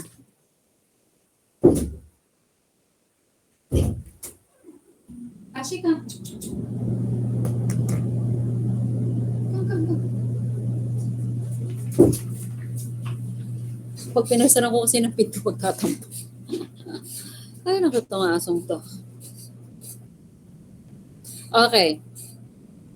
So dahil nga po ang i-compute natin is yung beginning inventory from bill price to cost. Again, magsisimula po ako kay deferred profit representing TGAS. 25,600, yung year-end balance po ng deferred profit. At paghihiwalayin ko po ang dalawang components na sa taas, si beginning at si shipments. Kayang-kaya ko pong computein ang deferred profit coming from shipments. Kukunin ko po yung nakareport kay home office. Kasi yung nakareport kay home office sa shipments, complete recording siya. Di ba? Kasi siya ang nagpapadala ng shipments, ng inventory, therefore, nare-record niya lahat. So we have 86,016 times 25%. Makukuha ko po ang deferred profit representing shipments, 21,504. So if I have a total of 25,600 at ang makukuha ko po is 21,504 coming from shipments, therefore makukuha ko na po ang deferred profit representing the beginning inventory. Magkano? 4,096. At dahil meron na po akong 4,096 na deferred profit coming from the beginning inventory, kaya ko na pong himay-himayin ang beginning inventory. Beginning inventory, kunyari nga, ito lang po ang nakabigay of 71,680. Alam natin, meron pong nanggaling from outside vendors and coming from the home office. Sa lahat ng mga information na yan, isa lang po ang alam ko, yung deferred profit coming from the inventories, coming from the home office, 4,096. At dahil nga po ito ay naka 25%, i-divide ko po siya by 25%. Makukuha ko po na ang cost ng mga inventories coming from the home office at 16,384. I-multiply ko po by 1.25, makukuha ko na po ang bill price amount of 20,480. Therefore, if I have a total of 71,680 at ang nanggaling po sa home offices at 20,480, magkano po ang nanggaling sa outside vendors? It must be 51,200. Yung 51,200 na yan, dahil nga po outside vendors, that is the bill price and that is also the cost. And again, wala po tayong deferred profit. Therefore, pwede na po natin computein ang total cost ng beginning inventory at 67,584. Pero, kung ito po ang cost, magkano po ang total bill price amount ng inventory? Sabi natin, 71,680. Ang tanong, magkano ang difference ng bill price amount ng beginning inventory against kay cost? Ito po ang bill price, ito po ang cost. Magkano ang difference sila? 4,096. Therefore, kung yan lang naman pala ang difference ng bill price ng inventory to cost ng inventory, which is the deferred profit, kanina pa lang na-compute na natin si deferred profit, pwede ka na pa palang makapag-convert ng bill price ng inventory to cost. 4,096, ibawas mo po sa beginning inventory at bill price at makocompute mo po ang beginning inventories at cost of 67,584. Kaya nga sabi ko, marami pong silbi ang ating mga deferred profit balances. So, kung kanina, sabi natin, itong 16,384 pag-convert ng reported branch net income papunta ng true branch net income. Ito naman pong nasa beginning inventory pag-convert ng bill price amount ng beginning papunta kay cost. Tapos sabi mo, may sa end, ganun din. Pwede mo rin po yung pag-convert ng ending inventory from bill price to cost. Ito naman pong 25,600, yan naman po ang ginagamit natin para kapag makapag-compute tayo sa component sa taas at component sa baba. At yung shipments, ginagamit mo naman po yan para makompute mo ang ating beginning inventory na deferred profit. So lahat po yan may silbi. Kaya nga dapat magaling ka pong mag-analyze at mag-compute using the deferred profit balances. So for the ending inventory of 66,560, again, considering the shipment in transit, meron po tayong inventories na nanggaling kay outside vendors at nanggaling kay home office. Those coming from the outside vendors of 2480, again, the outside vendors, whatever is the build price, that is also the cost. At wala po tayong ina-account na deferred profit. For the inventories coming from the home office, 66,560 minus 20,480, coming from the home office, 46,080.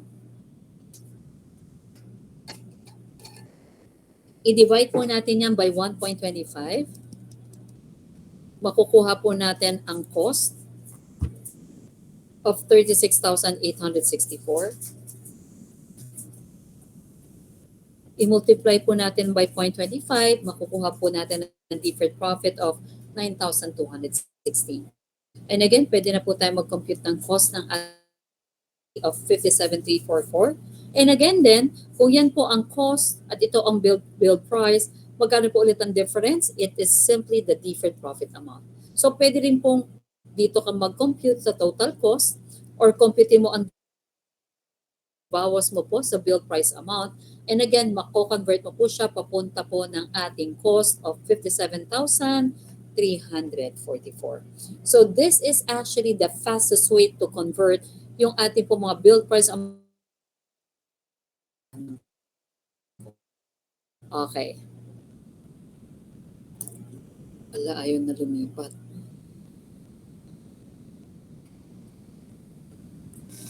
Hindi po to kasama, no? Pero I would want to talk about the working paper elimination entries. So alam natin, doon po sa ating consolidated FS, we do working paper elimination entries at alam natin hindi po siya nare-record sa libro po ng ating parent or sa libro po ng ating subsidiary. So it will never be recorded. So ito pong working paper elimination entries din po natin in terms of combining the separate financial statements ng ating pong home office and branch, it will also not be recorded. Hindi rin po siya nare-record. And dahil nga po mas madali ang pagko-combine ng separate financial statements ng ating home office at the branch, most of the time po hindi na nga po pinag-uusapan ng working paper elimination entry. But then nevertheless, I would want to mention the working paper elimination entries. Ang tanong, ano-ano po ba ang gustong i-adjust ng ating pong taga-combine na si Janine Duaves? Sabi ni Janine, dahil miss kanina sila at they are being connected by the reciprocal accounts. Once we combine it, tanggalin na po natin yung nagko-connect. Kasi hindi namin kailangan maging connected because they are already combined. So therefore, ang una po nilang gagawin, kung alam saan ako pwede magsulat, is to eliminate the reciprocal accounts.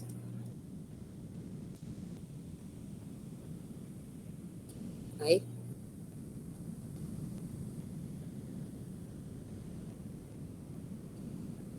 Okay. Number 2, ano pa? Tatanggalin din po, eliminate the deferred profit account. Bakit pag nagsusulat ako, parang ang dami nawawalang letters?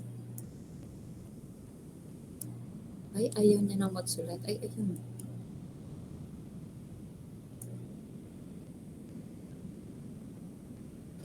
Ano pa?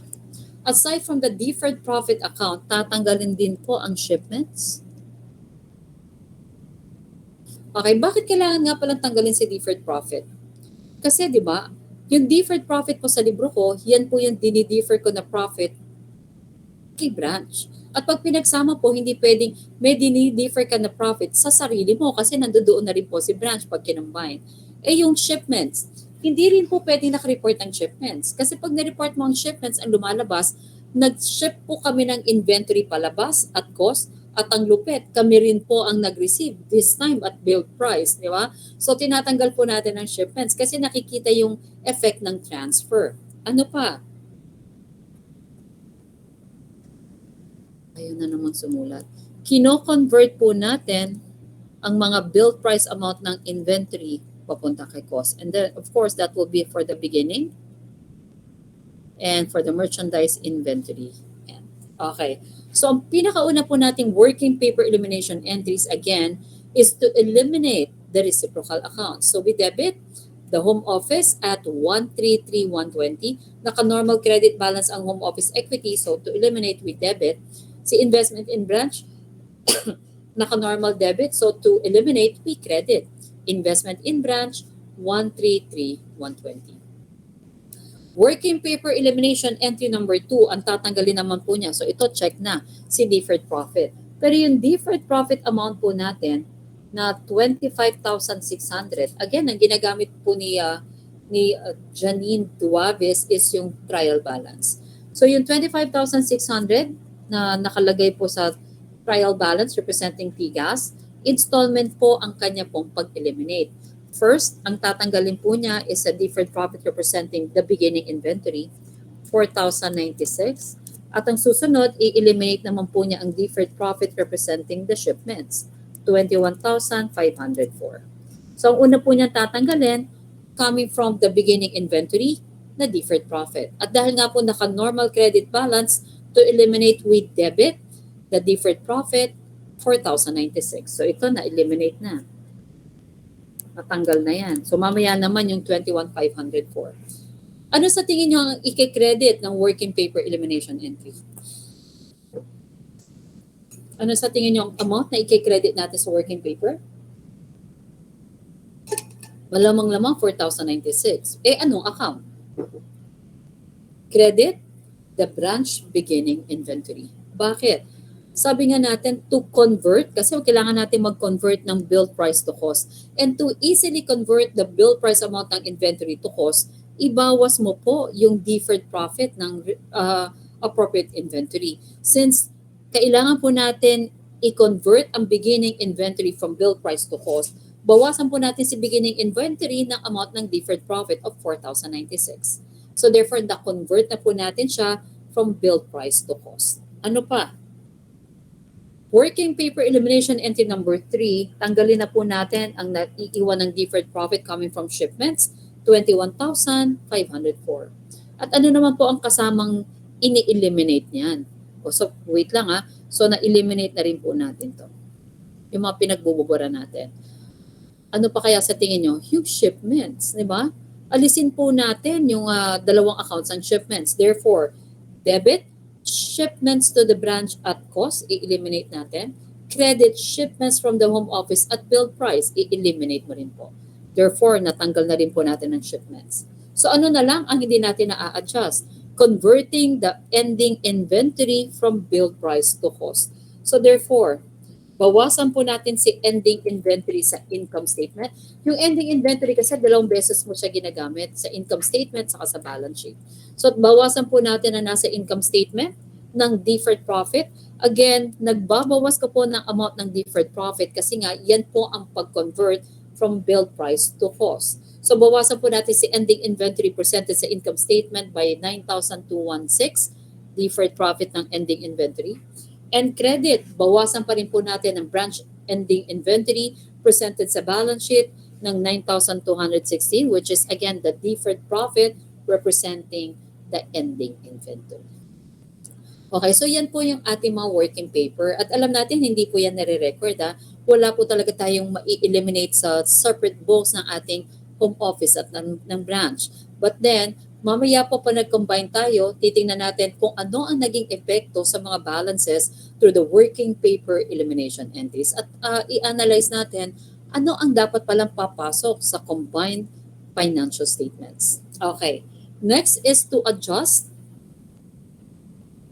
adjusting entries to take up the home office share in the net income of the branch. So naalala nyo kanina, so sabi ko nga part lang po ng adjusting entry ni home office, yung pagkuha ko po ng branch income summary, increasing the reciprocal account. Tama? Pero kasi nag-ano tayo kanina nag-adjusting entry tayo, reconciling the reciprocal accounts, at ang kasunod po ng akin pong adjusting entry is pagkuha ko po ng branch income summary. But then, just like yung ginawa po natin kanina, unahin po muna natin ang closing entry ni branch bago po tayo mag-adjusting entry ko.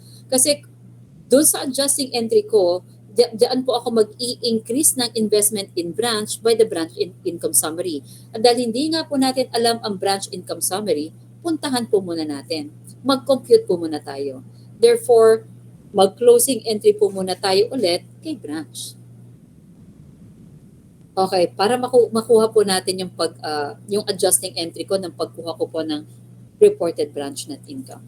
So therefore, again, i-debit po natin ang normal credit balance. We have sales, 327,680. Merchandise ending inventory, 66,560. Huwag po muna natin pansinin yan, mamaya na. At alam natin, sa pag-compute po ng cost of goods sold, yung mga amounts sa positive, credit. Credit merchandise beginning, 71,680. And credit purchases of 122,880. Ano na lang kulang dyan? Yung positive amounts po sa pag-compute ni branch ng cost of goods sold. Shipments from the home office, 107,520. At alam natin, meron po tayong OPEX which has a normal debit balance. So, i-credit po natin to close 51,200. At ang magiging balancing figure nga po natin would be the income summary of 40,960 representing reported branch net income. At dahil po yan ay income summary, isasara po ulit natin ang income summary. Debit the income summary representing the reported branch net income of 40,960. At alam natin, isasara mo po yan sa nag-iisa't natatanging equity account ni branch. At ano nga tawag natin? Home office equity account of 40,960. Therefore, anong ginawa ni branch? In-increase po niya ang kanya pong reciprocal account. At dahil nga in-increase niya ang reciprocal account, ay hindi po ako papakabog. Mag-i-increase din po ako ng reciprocal account. Pero kung ito po ay closing entry na ni branch, sa akin po, balikan po natin, adjusting entry ko lang po yan.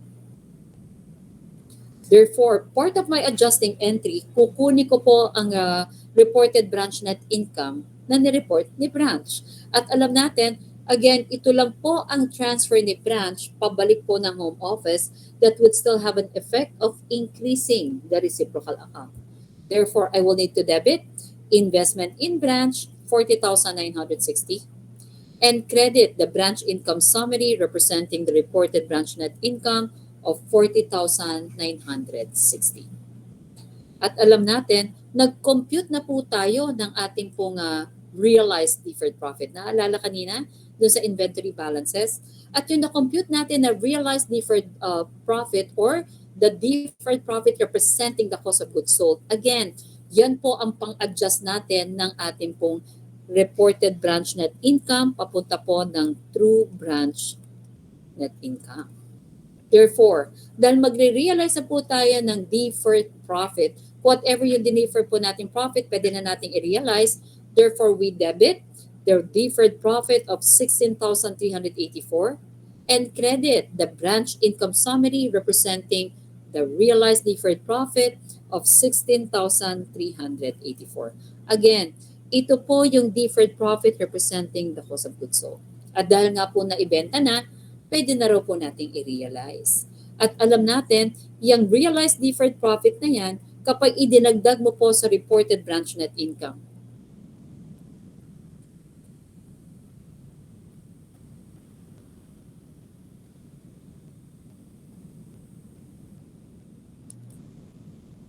mako-compute po natin ang true branch net income. So i-add natin para makompute natin ng true branch net income. 40,960 plus 16,384, we have 57,344. And that will be the true branch net income. And dahil nga po nakapaggawa na ako ng adjusting entry, pwede na po akong gumawa ng closing entry ko. Di ba? Pinauna lang po natin si branch kasi si branch kailangan ko ng kanyang reported branch net income. So, isasara ko po ang total ng branch income summary which is the true branch net income. Isasara ko rin po yan sa sarili kong income summary. Debit, branch income summary, 57,344. Credit, yung income summary ko po representing the true branch net income of 57,344. Sa libro po ni branch, ano kaya yung tumutunog? Okay.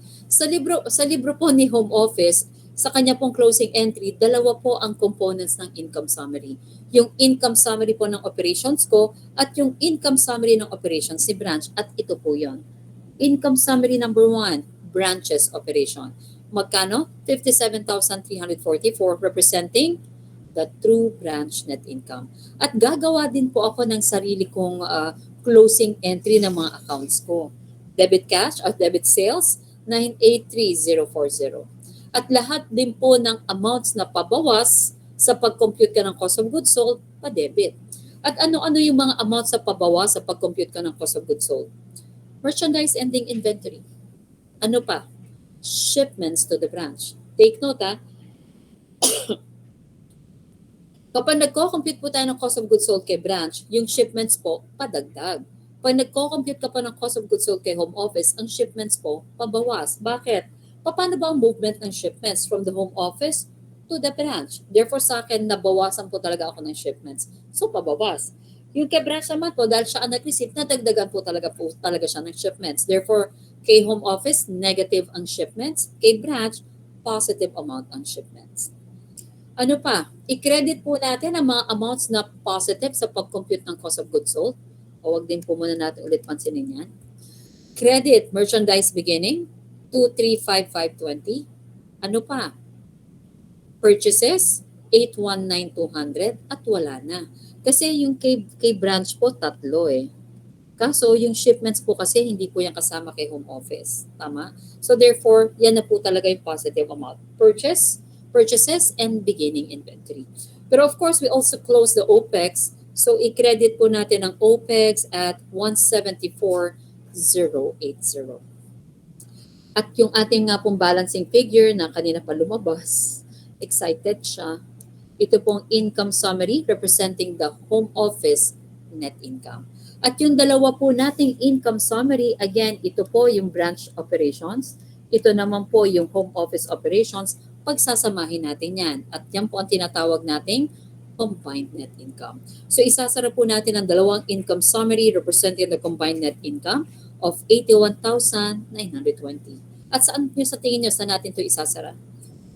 Malamang-lamang sa retained earnings. Si branch po kasi, though income summary to, hindi po niya pwedeng isara sa retained earnings. Bakit? Wala po siyang retained earnings. So wala po siyang pagsasara na retained earnings. Nag-iisa lang po ang equity account ni branch, and that is the home office equity account. Therefore, wala siyang choice din na talaga isasara. So ang nangyari, na isasara din po pala naman talaga sa retained earnings ang lahat po ng net income ng buong kumpanya. Ang nangyari, si branch, i-forward po niya sa akin ang reported branch net income. Using an adjusting entry, i-a-adjust ko po siya sa true branch net income. Dinagdag ko po ang home office net income ko. Voila! We have the combined net income na isasara po kay retained earnings. Okay. Meron ako nabasang problem, no? Hindi po, ganun din naman ang kukumpitin mo, yung reported branch net income, true branch combined, pero iba po ang pagkakatanong. Kunyari, ang sasabihin, how much is the net income close to the retained earnings? So, ano tinatanong niya? Ano ba ang net income na isinara mo kay retained earnings? Combined net income. Tama? Tapos tatanungin din, how much is the net income of the branch close to the reciprocal account? Sabi mo, ano yun? Ano ba ang net income ni branch na sinara mo sa reciprocal account? Reported branch net income, isinara mo sa home office equity, so therefore it is asking for the reported branch net income. Ang tatanungin din niya, how much is the net income close to the incomes, how much is the net income of the branch that was close to the income summary account of the home office? And therefore, that is the true branch net income.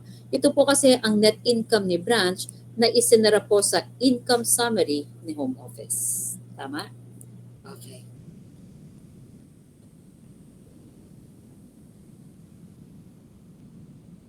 Okay, and let's prepare. Hanggang dito na lang pala tayo, di ba? Mas maaga tayo natatapos. Oo, kasi kanina, kaya ako nasabi ko, bakit nga ba kami mas maaga natapos kanina? Ngayon. Kami kasi kaninang umaga as nakasagad kami ng ng hanggang 11. Naalala ko, naglolo ko kasi yung projector doon po sa Manila.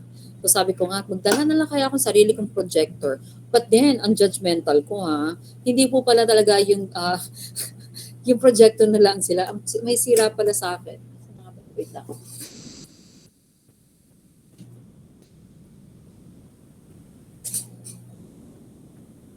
So, dito kasi nakalagay lahat ng mga ano ko eme-eme ko sa office. Ayan. Ito po yung connector ko ng from HDMI going to HDMI. Ay, hindi, Type C ng Mac papunta po sa HDMI ng projector. Ito yung gamit ko kanina and nagbi-blink siya, minsan meron, minsan wala. So sabi ko baka luma na yung cable nila, sabi ko hindi palitan. Yung pala, ito pala ang sira. Buti na lang, dala ko itong isa kasi naman Chipanga lang to eh. Minsan talaga pag nakikimura ka, lalo ka napapamahal eh. So meron akong isa pang connector. Ay, saan ko nilagay yung, okay. So, ito po yung isa kong connector. Nung ginamit ko to, nawala yung pagbiblink eh. So, this is, again, yung HDMI nila papasok dito at ito pong ilalagay ko sa Mac. Ayun. So, kaya pala. Kasi ang tagal namin nag-ayos ng projector.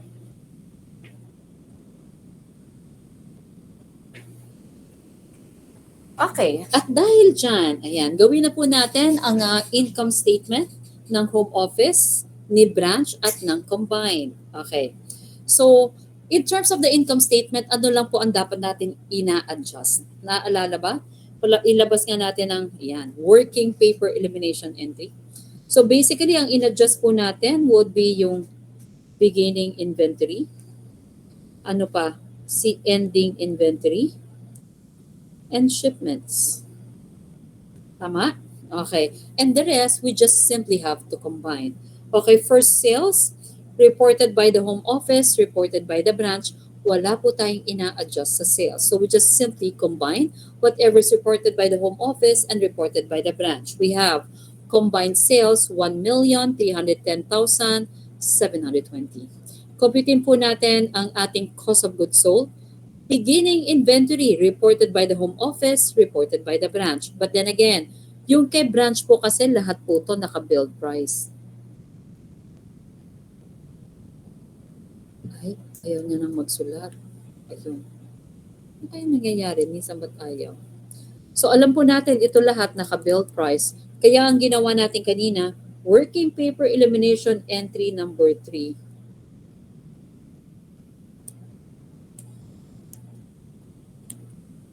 Ano kaya ang problema nito? Battery?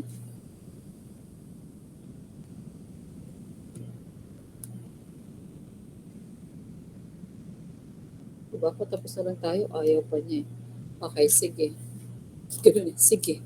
Ano pa nga ba gagawin? Pwede pa niyong kamay ko. Mababasa kaya to ng laptop? Hindi eh. Wait ah.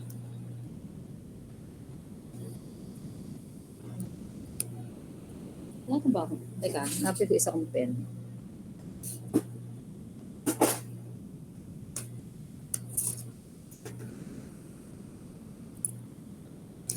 Hindi rin. Baka talagang medyo nagloloko laptop ko ngayon. Okay, never mind. Okay, so kung maaalala po natin, hirap kasi magsalita tapos hindi niyo alam kung alin dito sinasabi ko. Baka naman pwede yung yung cursor ng ko. Ayan o. Okay, sige, ito na lang. Highlighter. Okay. Ayan. Pwede na to, kahit ay gumana ng pen. Okay. So kung naaalala natin, again, working paper elimination entry number 2, nagbawas po tayo ng 4,096 sa beginning inventory. So ang mangyayari, 235,520 plus 71,680 minus ito pong nakareport kay branch of 71,680, babawasan mo po ng 4,096 again to convert yung pong beginning inventory ni branch papunta ng cost. So ang papasok po is 303,104. Siyempre, kino-convert po muna natin ang beginning inventory from build price to cost. Ayaw na talaga ng pen. Okay. Mamaya ka na problemahin. Okay, after the beginning inventory, we add purchases. Ang tanong, meron ba tayong adjustment kay purchases? Wala.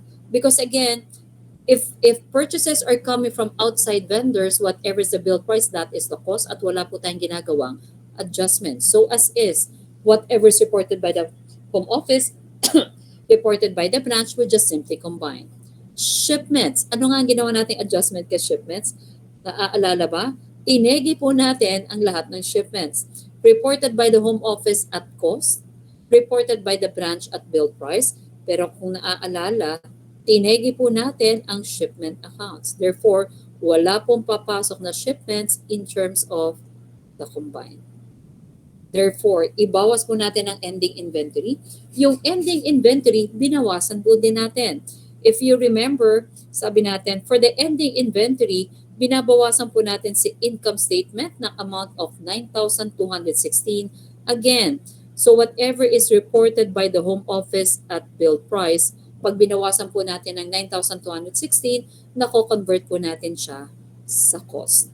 Therefore, mako-compute po natin ang cost of goods sold. Ang nako-compute po syempre ni branch na cost of goods sold is yung cost of goods sold at bill price. Pero ang gusto po natin pumasok sa combined income statement is at cost at 216,136. Ibawas po natin ang cost of sales from sales. Mako-compute po natin ang gross profit ni home office, gross profit ni branch, and the combined gross profit. Ibawas po natin si OPEX. Wala po tayong ginawang adjustment kay OPEX. As is lang po ang ating OPEX, just like with sales. So whatever is reported by the home office plus reported by the branch, we have the combined OPEX of 225,280. At mako-compute na po natin ang home office net income as how we have computed a while ago. This is the reported branch net income. And again, we have the combined net income. So kung mapapansin nyo, no, paano po ang ginawa nating adjustment in terms of the income statement?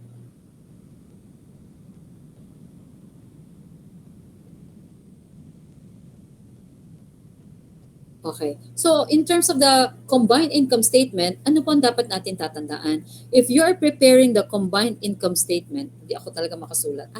Sige, iaano ko na lang, itatype ko.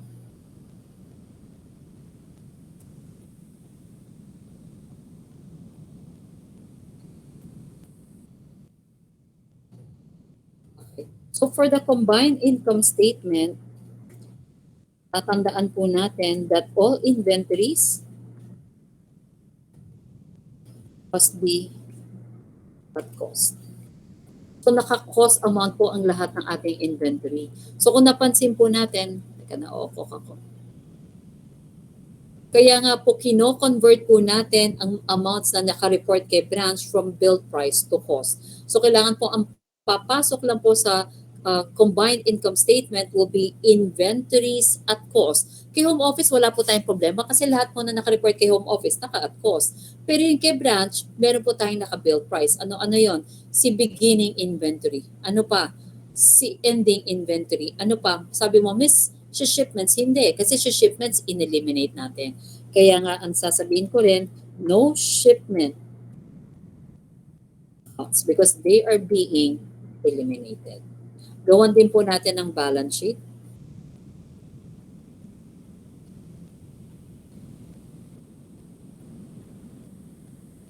Okay. So, tignan po natin. Take note natin yung mga in-adjust natin kanina na nag-reconcile po tayo ng reciprocal accounts.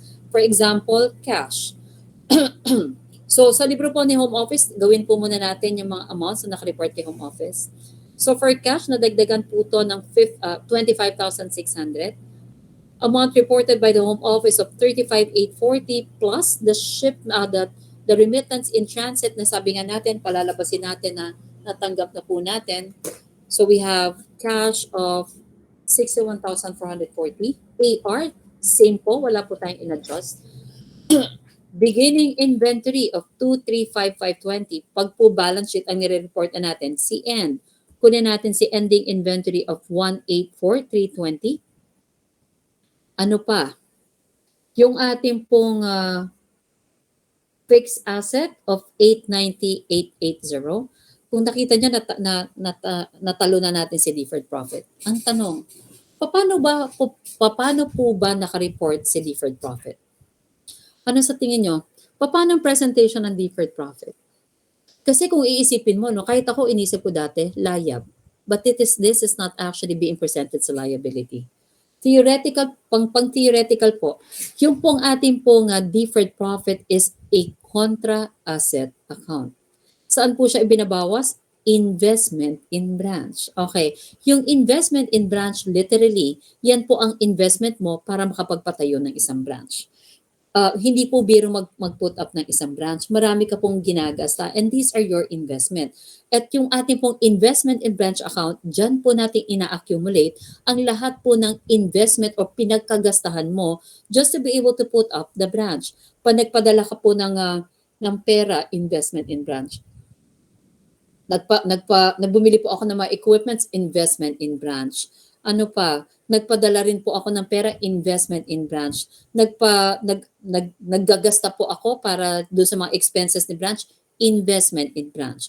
Nagpadala ako ng inventory, investment in branch. Kaso nga lang po, yung inventory na ina-account natin dapat lang naka-cost kasi yun lang naman po talaga ang investment ko kay branch. Kaso, nirecord po natin at bill price. Therefore, yung pong nakabalanse natin ng investment in branch, hindi po masyadong nakasakto doon sa amount ng investment. Kasi nga po yung shipments or inventory na pinadala ko kay branch, naka-bill price. Therefore, to convert yung shipments na pumasok sa investment in branch na sana dapat nagre-reflect ng totoong investment ko which must be at cost, kino-convert po natin sa cost by deducting the deferred profit balance.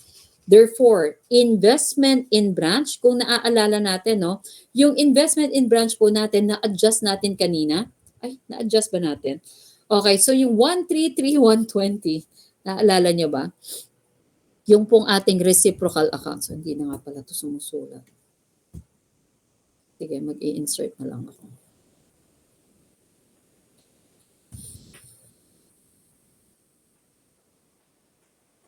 Okay, yung reciprocal accounts, ang balanse po niya, 133,120. Kaso hindi ko alam kung napakita ko yung adjustment eh. Okay, so we have 133,120. At alam natin, mag-a-adjust pa po yan, mag-i-increase pa yan. Paano siya mag-i-increase? Sabi natin by the amount na reported branch net income. Magkano? 40,960. Tama? Kasi kung naalala nyo, no? Whatever is the income summary ni branch, doon po sa kanyang closing entry, isinasara po niya yan sa home office equity account credit. And just by the amount, just by the fact na kinredit po niya ang home office account, therefore, in-increase po niya ang ating pong reciprocal account. Therefore, magkano po ang magiging adjusted balance at year end? 133,120 plus 4960, we have 174,080. And that was the amount ng adjusted balance ng reciprocal accounts. Therefore, investment in branch, 174,080. At ang sabi natin, ibawas mo yung balanse ng deferred profit. At ang nagiging balanse po ng deferred profit is naka-level up din siya katulad po ng inventory. Kung ang naiwan mo sa inventory is the ending inventory, ang naiwan mo sa deferred profit is yung deferred profit representing the ending inventory, 9,260. At ang sabi nga natin, it is a contra asset reduction sa investment in branch. Total assets, 1,383,424. Kunin po natin ang mga liabilities na nakareport po kay Home Office. Accounts payable, 226,304. Wala naman po yung pagbabago. We have long-term debt, 409,600. Common stock, 307,200. Mga wala pong adjustment. Ang meron si retained earnings kasi nagkaroon po tayo ng pag-adjust ng retained earnings by the combined net income. Sinara po natin si income summary representing the combined net income, credit retained earnings of 81,920. Therefore, magkano na po ang ating retained earnings? Mag-a-adjust po by the combined net income. We have now 440,320. And we have the total liab and equity of 1,383,424. Gawin po natin kay branch. Kay branch, as is lang po ang cash, as is lang po ang AR. And of course, yung ending inventory po ni branch adjusted by the shipment in transit, we have 66,560. Fixed asset, parehas pa rin po at 92,160. Wala naman po siyang investment in branch, mas talong wala po siyang deferred profit, we have the total assets reported by the branch at 220,160. Kunin po natin ang kanya pong accounts payable, 46,080. Wala po siyang long-term debt, wala po siyang capital stock, at mas lalo rin po wala siyang retained earnings. Meron siya home office equity account at dapat po parehas po sila ni dapat po parehas po sila ng nireport ng investment in branch ni home office. Home office equity reported by the branch, 174,080. Ayan, parehas sila. Therefore, we have the total liability and the equity for the branch of 220,160. In terms of the balance sheet, ano ba ang ina-adjust? Kanina kasi dun sa ating income statement, sabi natin, beginning and ending inventory at yung amount po ng shipments, in-eliminate natin. Yung beginning and ending inventory, convert po natin from bill price to cost. Yun naman pong shipments, tinegi po natin lahat. In terms of the balance sheet, ano naman po ang ating tatandaan? Tinatanggal po natin ang investment account or yung reciprocal accounts. Nagtatanggal din po tayo ng deferred profit. And of course, si ending inventory reported sa balance sheet. Okay, therefore, cash, we just simply combine. AR, we just simply combine. Ending inventory, anong sabi natin? Yung pong naka-report na amount kay branch, which is at bill price, babawasan po natin ng 9,216 para po ma-convert natin from bill price to cost. We have 241,664. Fixed asset, we just simply combine. At alam natin, yung investment in branch and the deferred profit amount, na-eliminate po yan ni Ate Janine. And therefore, wala pong papasok and we have the total assets at 1,429,504. Accounts payable, we just simply combine. Long-term debt, we just simply combine. At para po siyang consolidated, ang pumapasok po na shareholders equity, of course, would only be coming from the home office kasi wala naman shareholders equity si branch. Isa na nga lang home office equity na nategi pa, di ba? So therefore, ang papasok po is the capital stock of 307,200, retained earnings at 443,320, and again, the home office equity has also been eliminated. Total liab and shareholders equity under combined balance sheet, we have 1,429,504. And that's it for today. Okay. Balikan ko po kayo. Napaus ako. Teka, I'll stop sharing. Ang dami tumutunog sa laptop na to. Kaloka. Okay. Okay, so marami pong salamat sa lahat nag-attend. So, 42 tayo. No? Hindi ko alam kasi kung required pa tayo mag-check na attendance, but I'd rather not. Matatanda na po kayo. Alam nyo na kung kailan kayo dapat pumapasok at anong dapat gawin nyo sa inyo pong pag-aaral. So, it's not me to decide. So, kayo na lang po ang bahala. And I appreciate that you are here attending the classes. And marami pong salamat. Again, I'll be posting the TOS doon po sa ating classroom anytime within today. And good luck po sa inyong quiz. Sabi ko nga, kung ako po ang sasagot ng quiz, I'll be able to answer the quiz in an hour. Madami siya pero madali lang po. Like for example, for corporate liquidation, isang problem, 4 na tanong na kaya mo pong sagutin in 3 minutes or sabihin natin maximum 5 minutes. So, madali lang po siya. But then, of course, wala pong mahirap sa isang taong nag-aaral. Pero lahat po, kahit madali, magiging mahirap kung hindi po tayo magpe-prepare. So, please prepare for the quiz. Feeling ko kaya nyo po yon ng 1 hour and 30 minutes to 2 hours. And again, ito lang po na sinabi ko rin dun sa kabilang class. Kung tama ang pagkakatanda ko, kung naisama ko siya. Baka kasi doon pa nagkamali, pero parang medyo marami-rami yung tanong eh. Again, kapag po isa pong situational problem at nagsimula po ng formation, nag-operate, nag-retire, nag-admit, wag mo pong babaliwalain si formation. Kasi hindi po palaging whatever is the contributed net asset that is equal to the capital balance. Naaalala, meron po tayong dalawang methods ng formation. We have the net investment and the bonus. So, paano nga natin malalaman kung magko-compute tayo ng ng capital credit at hindi equal sa contributed net asset, pag nagbigay po sila yung problem ng capital ratio, then we compute under the assumption that this is a bonus method. And therefore, paano nga ulit mag-compute? Total partnership capital multiplied by the given interest ratio to compute for the beginning capital balance. Kasi kung doon pa lang po sa formation nagkamali ka na, hanggang-hangga po mali. So kung apat na tanong yun, apat po ang magiging mali. So be careful. Okay? So good luck po on your quiz. I'll be posting again the TOS for the quiz later within today. So marami pong salamat. Yes, Bianca, any question? Ma'am, pwede pong mahingi sa access po sa MCQ po for corporate liquidation. Need po kasi ng access. Yung Ba't in-upload ano niyo po siya? sa class. Okay. Ay, baka naku ha, LMS yun. Sige, sige. Okay, ano yun? Anong video yan? Hindi Corporate po yung liquidation na? opo, MCQ po, yung in-upload niyo po Sa sa class. MCQ. So yun yung last week natin, tama ba? Tama, di ba? Yun yung Opo. ginawa natin last week. Sige. Ay, iba pa po ata yung na-upload niyo na po ma'am yung PPT. Kaso meron po kayong sinend na Google Drive link po. Kaso need po ng access.